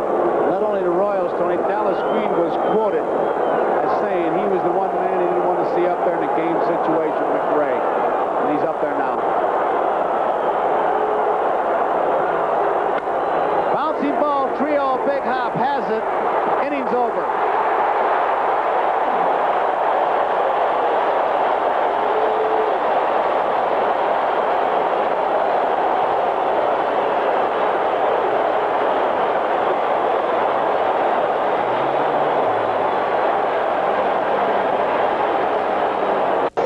On a 3-2 count, Tug McGraw with Hal McRae at the plate. This may well be the biggest pitch of the series. Bases loaded and the runners are going. A fastball, it looks like, in the outside part of the plate. Hal McRae looked like he was looking for something inside. A ground ball at Manny Trio and over to first, and the Phillies get out of the inning with just giving up one run. The Phillies lead 4-1 with 3 outs to go to be world champions. And there he goes again. McGraw, very emotional, hyper, pounding his heart. Here is Gary Maddox, and he's in the race for the most valuable player as we look at Quisenberry, who's come on for the Kansas City Royals. It's ball one, pitching off the stretch as he has throughout most of this series, even with nobody on. Time is called. A firecracker just went off in center field. And the crowd really reacted the way they should. You can see the stats of Dan Quisenberry. 1 win, 2 losses, high ERA. And he has struggled. He has been the salvation of this Royals ball club throughout most of the season. He has done his job every time. 2 balls, no strikes. He has gotten ground balls in this series. Some have bounced over, some through. They've hit him kind of hard. Schmidt has hit him hard several times. McGraw's done the job, and Quisenberry hasn't often enough for Kansas City. Down on left field line, Willie Wilson near the stands. May have a play. He does. Willie Wilson makes the catch. So Maddox is out. There is 1 out. Quisenberry has appeared in all 6 games as we look at Wilson. It's a new World Series record for 6 games. Wilson finds the fence, as you see. Moves up, makes the catch. The old record in 6 games was 4 appearances by Larry Sherry in 1959 and Jerry Staley for the White Sox in 59. But Quisenberry sets a new record should the series end in 6. Trio, who got the big base hit in Kansas City off Quisenberry, line went right back at him to drive in Del Unser, who had driven in Schmidt to tie the game with a pinch hit double. Bouncing ball. UL Washington, big hop. 2 outs. Looking ahead to the 9th, Amos Otis, Willie Aikens, and John Wathan as we look at the Kansas City bench.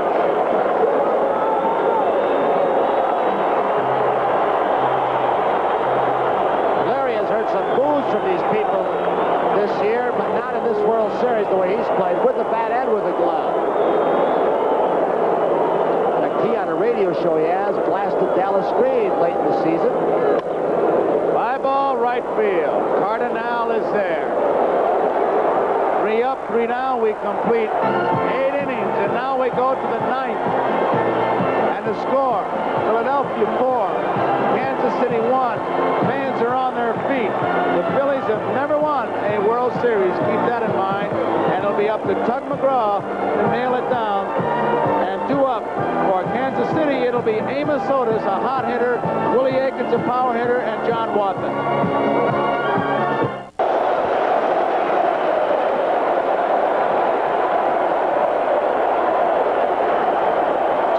NBC Nightly News examines the blue-collar vote, and Friday on NBC Magazine with David Brinkley, Betsy Aaron looks at kids' sports. Are they too strenuous for 6, 7, and 8-year-olds? And then next month, Roger Mudd joins NBC News. This is the 9th. The crowd's on its feet. And Amos Soda is checking his vision. The crowd will pretty much tell you what's happening in this 9th inning.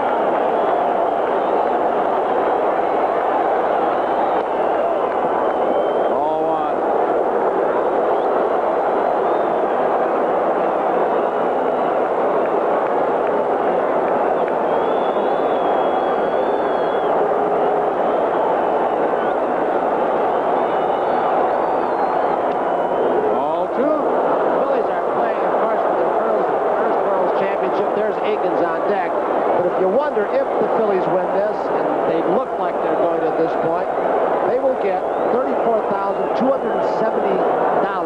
each. 42 shares. That is not official. Right.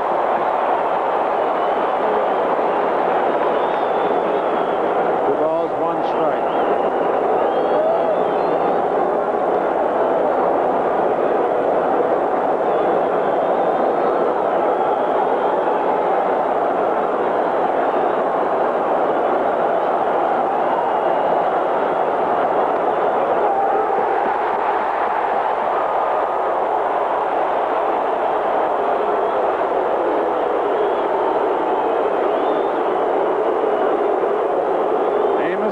Disagreeing with the plate umpire, Nick Fremigan, as McGraw just waits.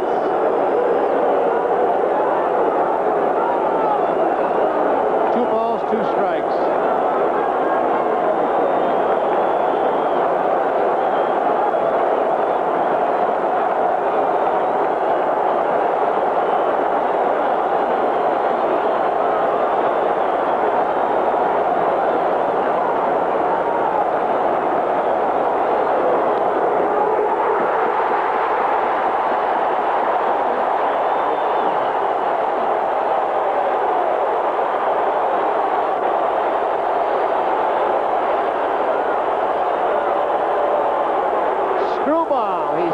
Beautifully, Tom, with a fastball, the pitch before. Well, I guess it was a slow curveball. It wasn't a screwball.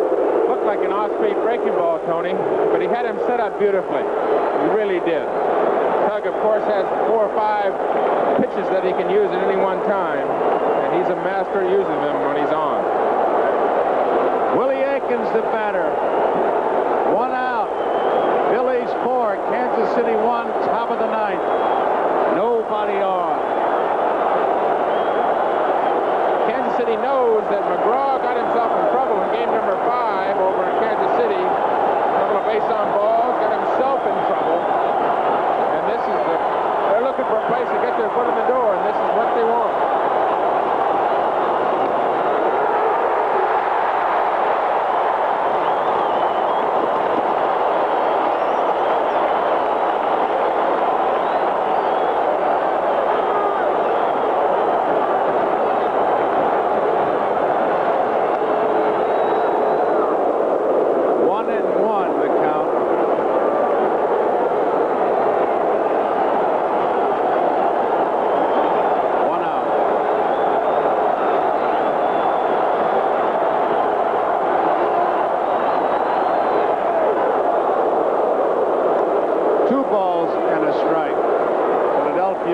Kansas City 1, top of the 9th.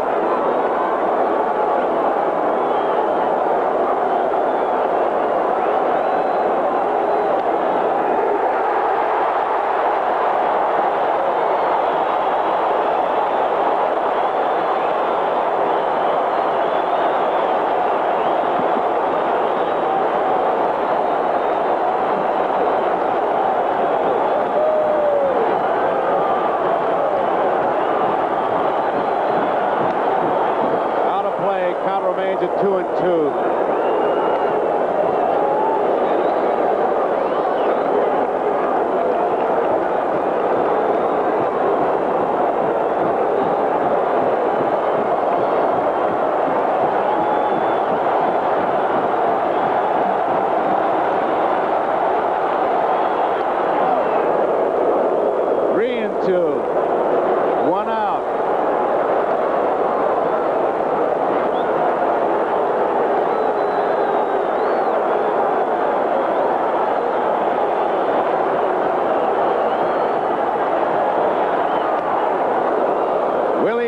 Draws the base on balls, and the crowd goes down, up with the strikes. They have never won a World Series, the Philadelphia Phillies. We're going to have a pinch runner here. As you see Concepcion come out of the dugout.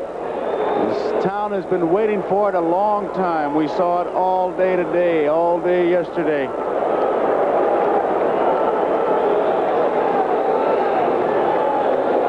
McGraw, as he did in inning number 8, might be back in a little bit of trouble. He walked 2 in the 8th. Now he walks Akins. Time is called down the right field line as we look at Akins. It's been a tremendous championship series, a tremendous series, and should this end tonight, there really are no winners and no losers. They both are winners and losers. Both teams played well. A tremendous series.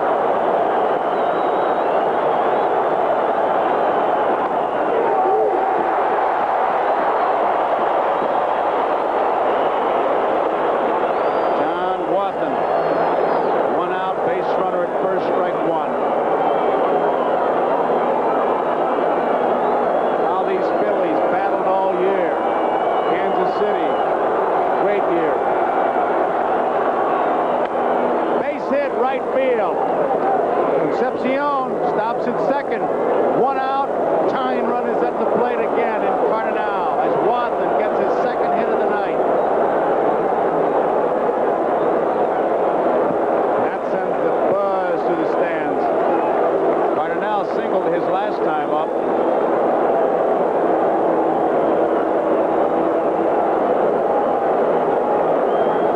Phillies bullpen starts going once again as we look at the Royals bench.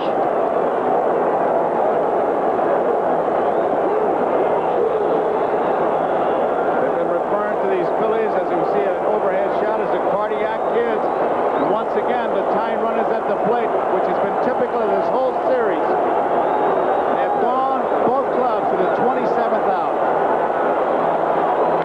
Now back. 27th out with a chance to win.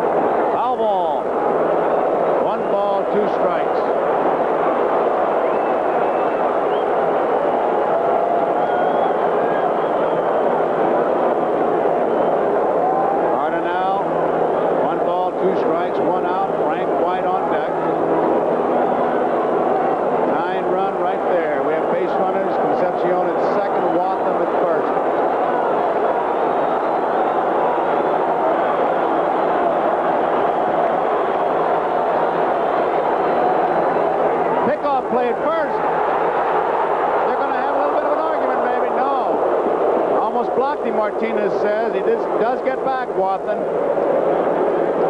Pretty dangerous play in this kind of situation, but Booney, with a great confidence in his arm, Rose sneaking back. A play that was pre-planned. Rose caught the foot of John Watson, almost shielded him off the bag. Never did tag him, though. Pete Rose can't get in the front door, try the back door. He'll try anything. 2-2 pitch. Foul back.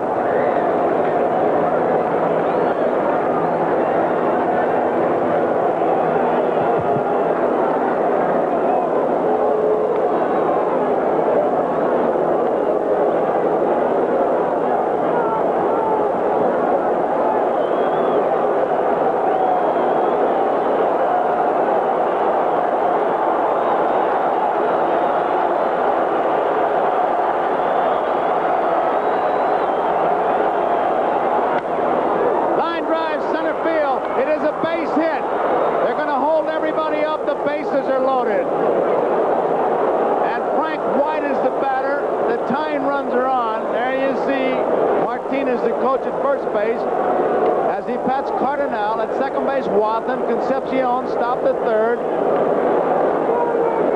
and Frank White is the batter.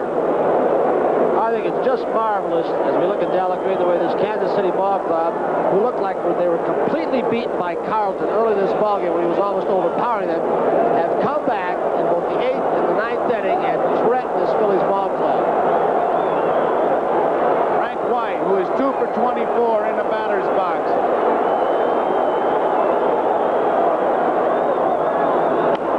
It's popped up. Boone, Rose, they'll have a play. Boone dropped it and Rose caught it. Rose was right there. It popped out of his glove and Rose made the play.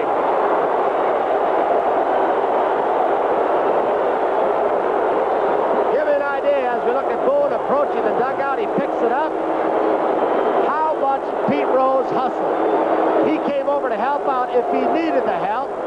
It scoots away, and Rose keeps it from going to the dugout, so they get it out. The hustle of Pete Rose.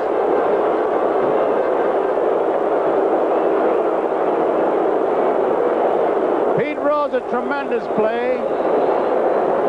He's like the garbage collector that they refer to in the hockey games. He's always around the puck. He was around the ball. It popped out of Boone's glove. What a play he made.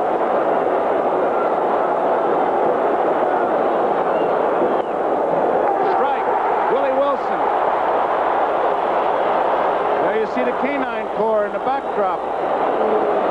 Part of the security here, the stadium. We talked about it before. Kansas City bullpen making their way in. Fouled off.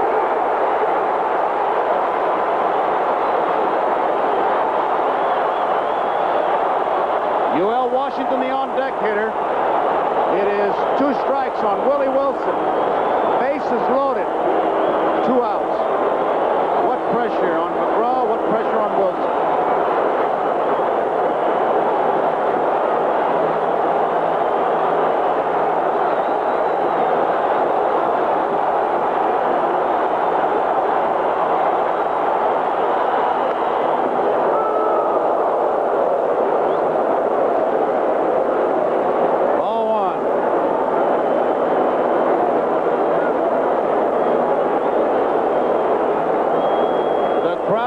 Tell you what happened.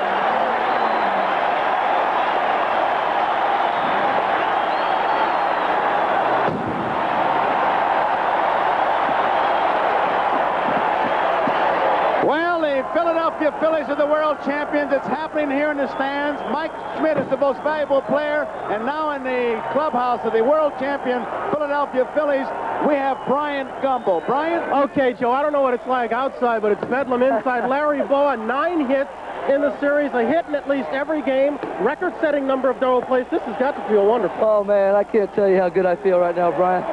Everybody said we couldn't win. They said, no, the Phillies aren't good enough. They don't have heart. They don't have character. We have all of the above, believe me. We want to win more than anybody. Tug's scared us. Kansas City's got a great baseball team. Let me get to this man behind you. Dallas Green. I see you, Peter. Pete Rose. Now, you've been through this before. Don't you ever get tired of it? No, you don't ever get tired of this, Brian. We've been through a lot of adversity this year. We won the big ones.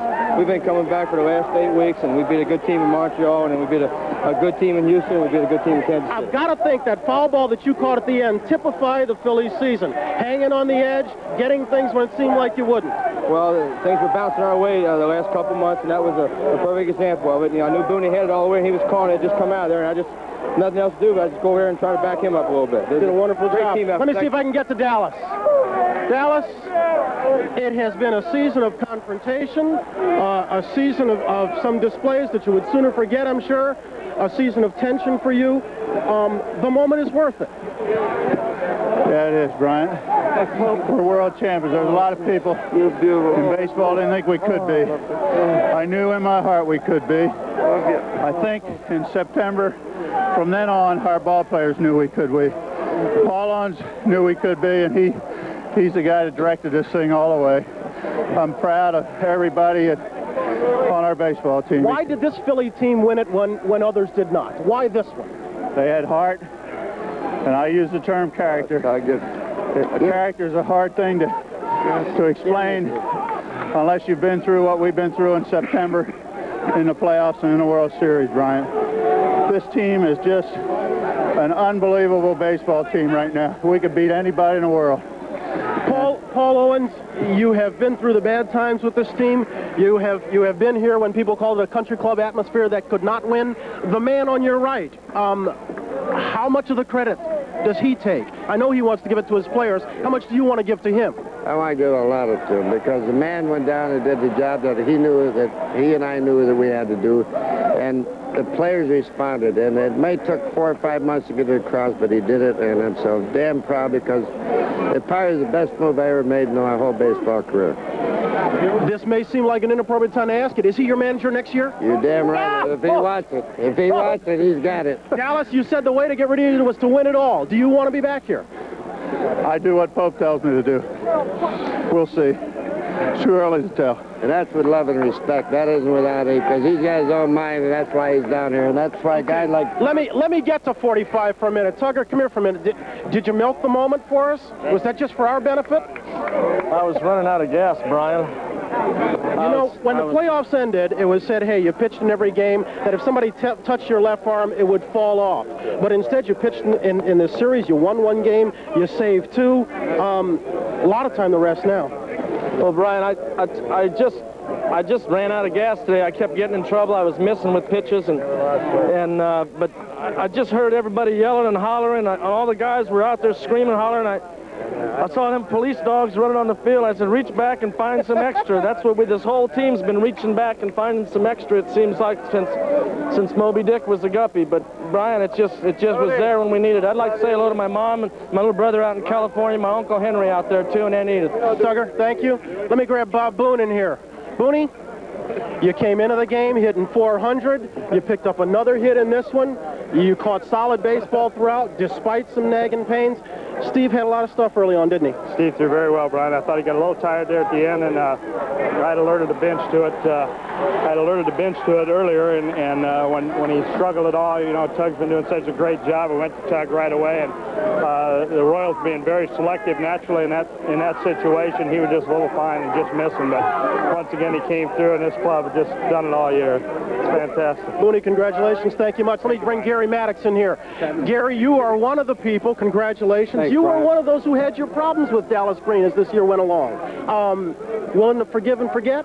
All the way. You know, it's world championship time now, so we're happy about that. Are you willing to admit now that what he did, he had to do? Well, in his mind, I'm sure he felt he did what he had to do. You know, sometimes it just you got to make an adjustment. You got to go along with what the manager feels is right, whether you like it or not. You know, after we've been around for a while, we think that maybe we have our own ideas of how things should be done, and the manager's in charge. You have to accept that. Would you like to see him return as manager? Yeah, if we can go back and be world champions again, I don't care who's here. I must say, before the game, I came up to Gary Maddox, and I said, Gary, how you feel? He said, I'm nervous. You're not nervous now? No, I'm happy now. Here, I got a drink for you. You gotta have, I can't. On national TV, I cannot. The booth. Joe, you've got it. All right, Brian, right here on the field, what a display. The Philly players came out, led by Pete Rose and Dallas Green, and you see what's happening.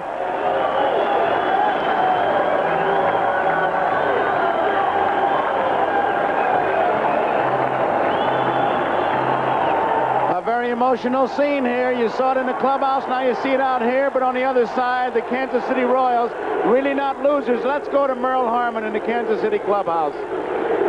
All right, Joe, and as you can imagine, it's rather quiet here, but as you said, there can be no loser in a World Series like this, Jim Fry, because you fellas played it right to the hilt. You had a chance to win it in the 8th, you had a chance to win it in the 9th, and no loser in this entire series did not have an opportunity to win in the last inning. Well, I'm proud of the way the ball club came back in this game. We came back hard in the 8th, and we just couldn't get that base hit in the 8th or 9th. I think that's the whole story of the series. I thought we played as well as they did, but we just couldn't get that one hit or that ball to go in the hole for us. But I want everybody to know that we're as proud as we can be to be Kansas City Royals, because we had one great year. All right, what about the comeback for next year? We're going to try. We hope we can be in the World Series and try it again. All right, Jim, congratulations to you. Now let's go back to Brian Gumbel. Okay, Merle Harmon, thank you very much. One of our oldest cities has waited one of the longest times for this moment. They got close to it in 15, got close to it in 50, but a championship has finally come to Philadelphia. Bowie Kuhn, I know you've got some honors to do. I am delighted to be able to present this trophy, representing the World Championship, to Willie Carpenter, the skipper here, Dallas Green, to Paul Owen, 3 men who have done a fantastic job to bring the championship to Philadelphia. All baseball is proud of you fellas. Your trophy. Really, a couple of words on how agonizing the wait for this moment? Well, Brian, I just hope that this town doesn't have, this franchise has been in existence maybe 96 years, I think I saw in the paper, and I hope to hell they don't have to wait 96 years for another world championship. It's the greatest thing that's ever happened to me in my life. And this man here and Dallas Green, Paul Owens, Dallas Green, and these ball players and coaches and our whole organization have just done a fantastic job for us. Did you know that Paul and Dallas already consummated a deal for next year? He's back? No way. We haven't gotten into that yet. No, but it's just the greatest thing that's ever happened to my family. Really, thank you very much. Dallas Green, Paul Owens, congratulations. Perhaps fitting that it comes down to Philadelphia after a long season that we had many surprises. For a time, it looked like we would not even have any players to play in this World Series. But when you consider that a team comes and occupies first place for only 16 days, manages to win a championship only after being behind in every game, and comes on and wins no game in the series but this last one by more than 2 runs, maybe the best things in life are worth struggling for. Indeed, in the Philadelphia Phillies case, one has to believe that's true. Joe? Okay, Brian, thank you very much. You see the celebration here. You heard Jim Fry. And I'll tell you, it was a series that every game, they went to the 9th inning, the 27th out with a chance to win it. The world champion Philadelphia Phillies, 4-1. Tony, you have any thoughts? Well, I'm going to remember some of the Royals' performances, the Willie Mays Aikens with 4 home runs, a triple, a game-winning RBI, the frustration of Willie Wilson, a great young player who struck out 12 times, but he will be back because he's very young. That is the Royals side, and there's some pluses for them, too. Tom Seaver? Joe, I don't think that I ever saw the Royals play the kind of baseball that they played against the Yankees. We know that they're an awfully fine club, but for me, it came down to the pitching, which, of course, is my heartland. And it comes down to Quisenberry and McGraw, and McGraw simply outpitched the fine reliever from Kansas City, Quisenberry. Well, the Philadelphia Phillies are the world champions, and all of a us at NBC Sports would like to thank some people here in Philadelphia and Kansas City for all the help they gave us. Behind the scenes, Dean Vogelar, Bruce Carnahan, Brian Burns, Larry Schenk, Chris Wheeler. Our thanks to them. Congratulations to the Phillies. Congratulations to the Kansas City Royals. And for Tom Seaver and Tony Kubek, Joe Garagiola saying so long from Philadelphia. Game 6 of the 1980 World Series has been brought to you by Gillette Atra, the pivoting head razor. The pivot makes it better. And by the Miller Brewing Company, brewers of Miller High Life. If you've got the time, we've got the beer. By GE. At GE, we bring good things to life. And by Ford and your local Ford dealer, who invite you to test drive the new 1981 Ford cars and trucks. The executive producer of NBC Sports is Don Ohlmeyer. The coordinating producer of baseball is Michael Weissman. Produced by George Finkel. Directed by Harry Coyle. Pre-game produced by David Stern. Pre-game and replays directed by Ken Fouts. Technical director Horace Ruiz. Associate producers Michael Hadley, Peter M. Rolfe, Glenn Adamo, and Bill Peters. Associate directors Richard Klein, John Filippelli. Production manager Steve Foreman. The Phillies, the world's champions, as they beat Kansas City tonight by the score of 4-1. They end the World Series in 6 games. Heroes on all sides, and Mike Schmidt was voted the most valuable player in this World Series.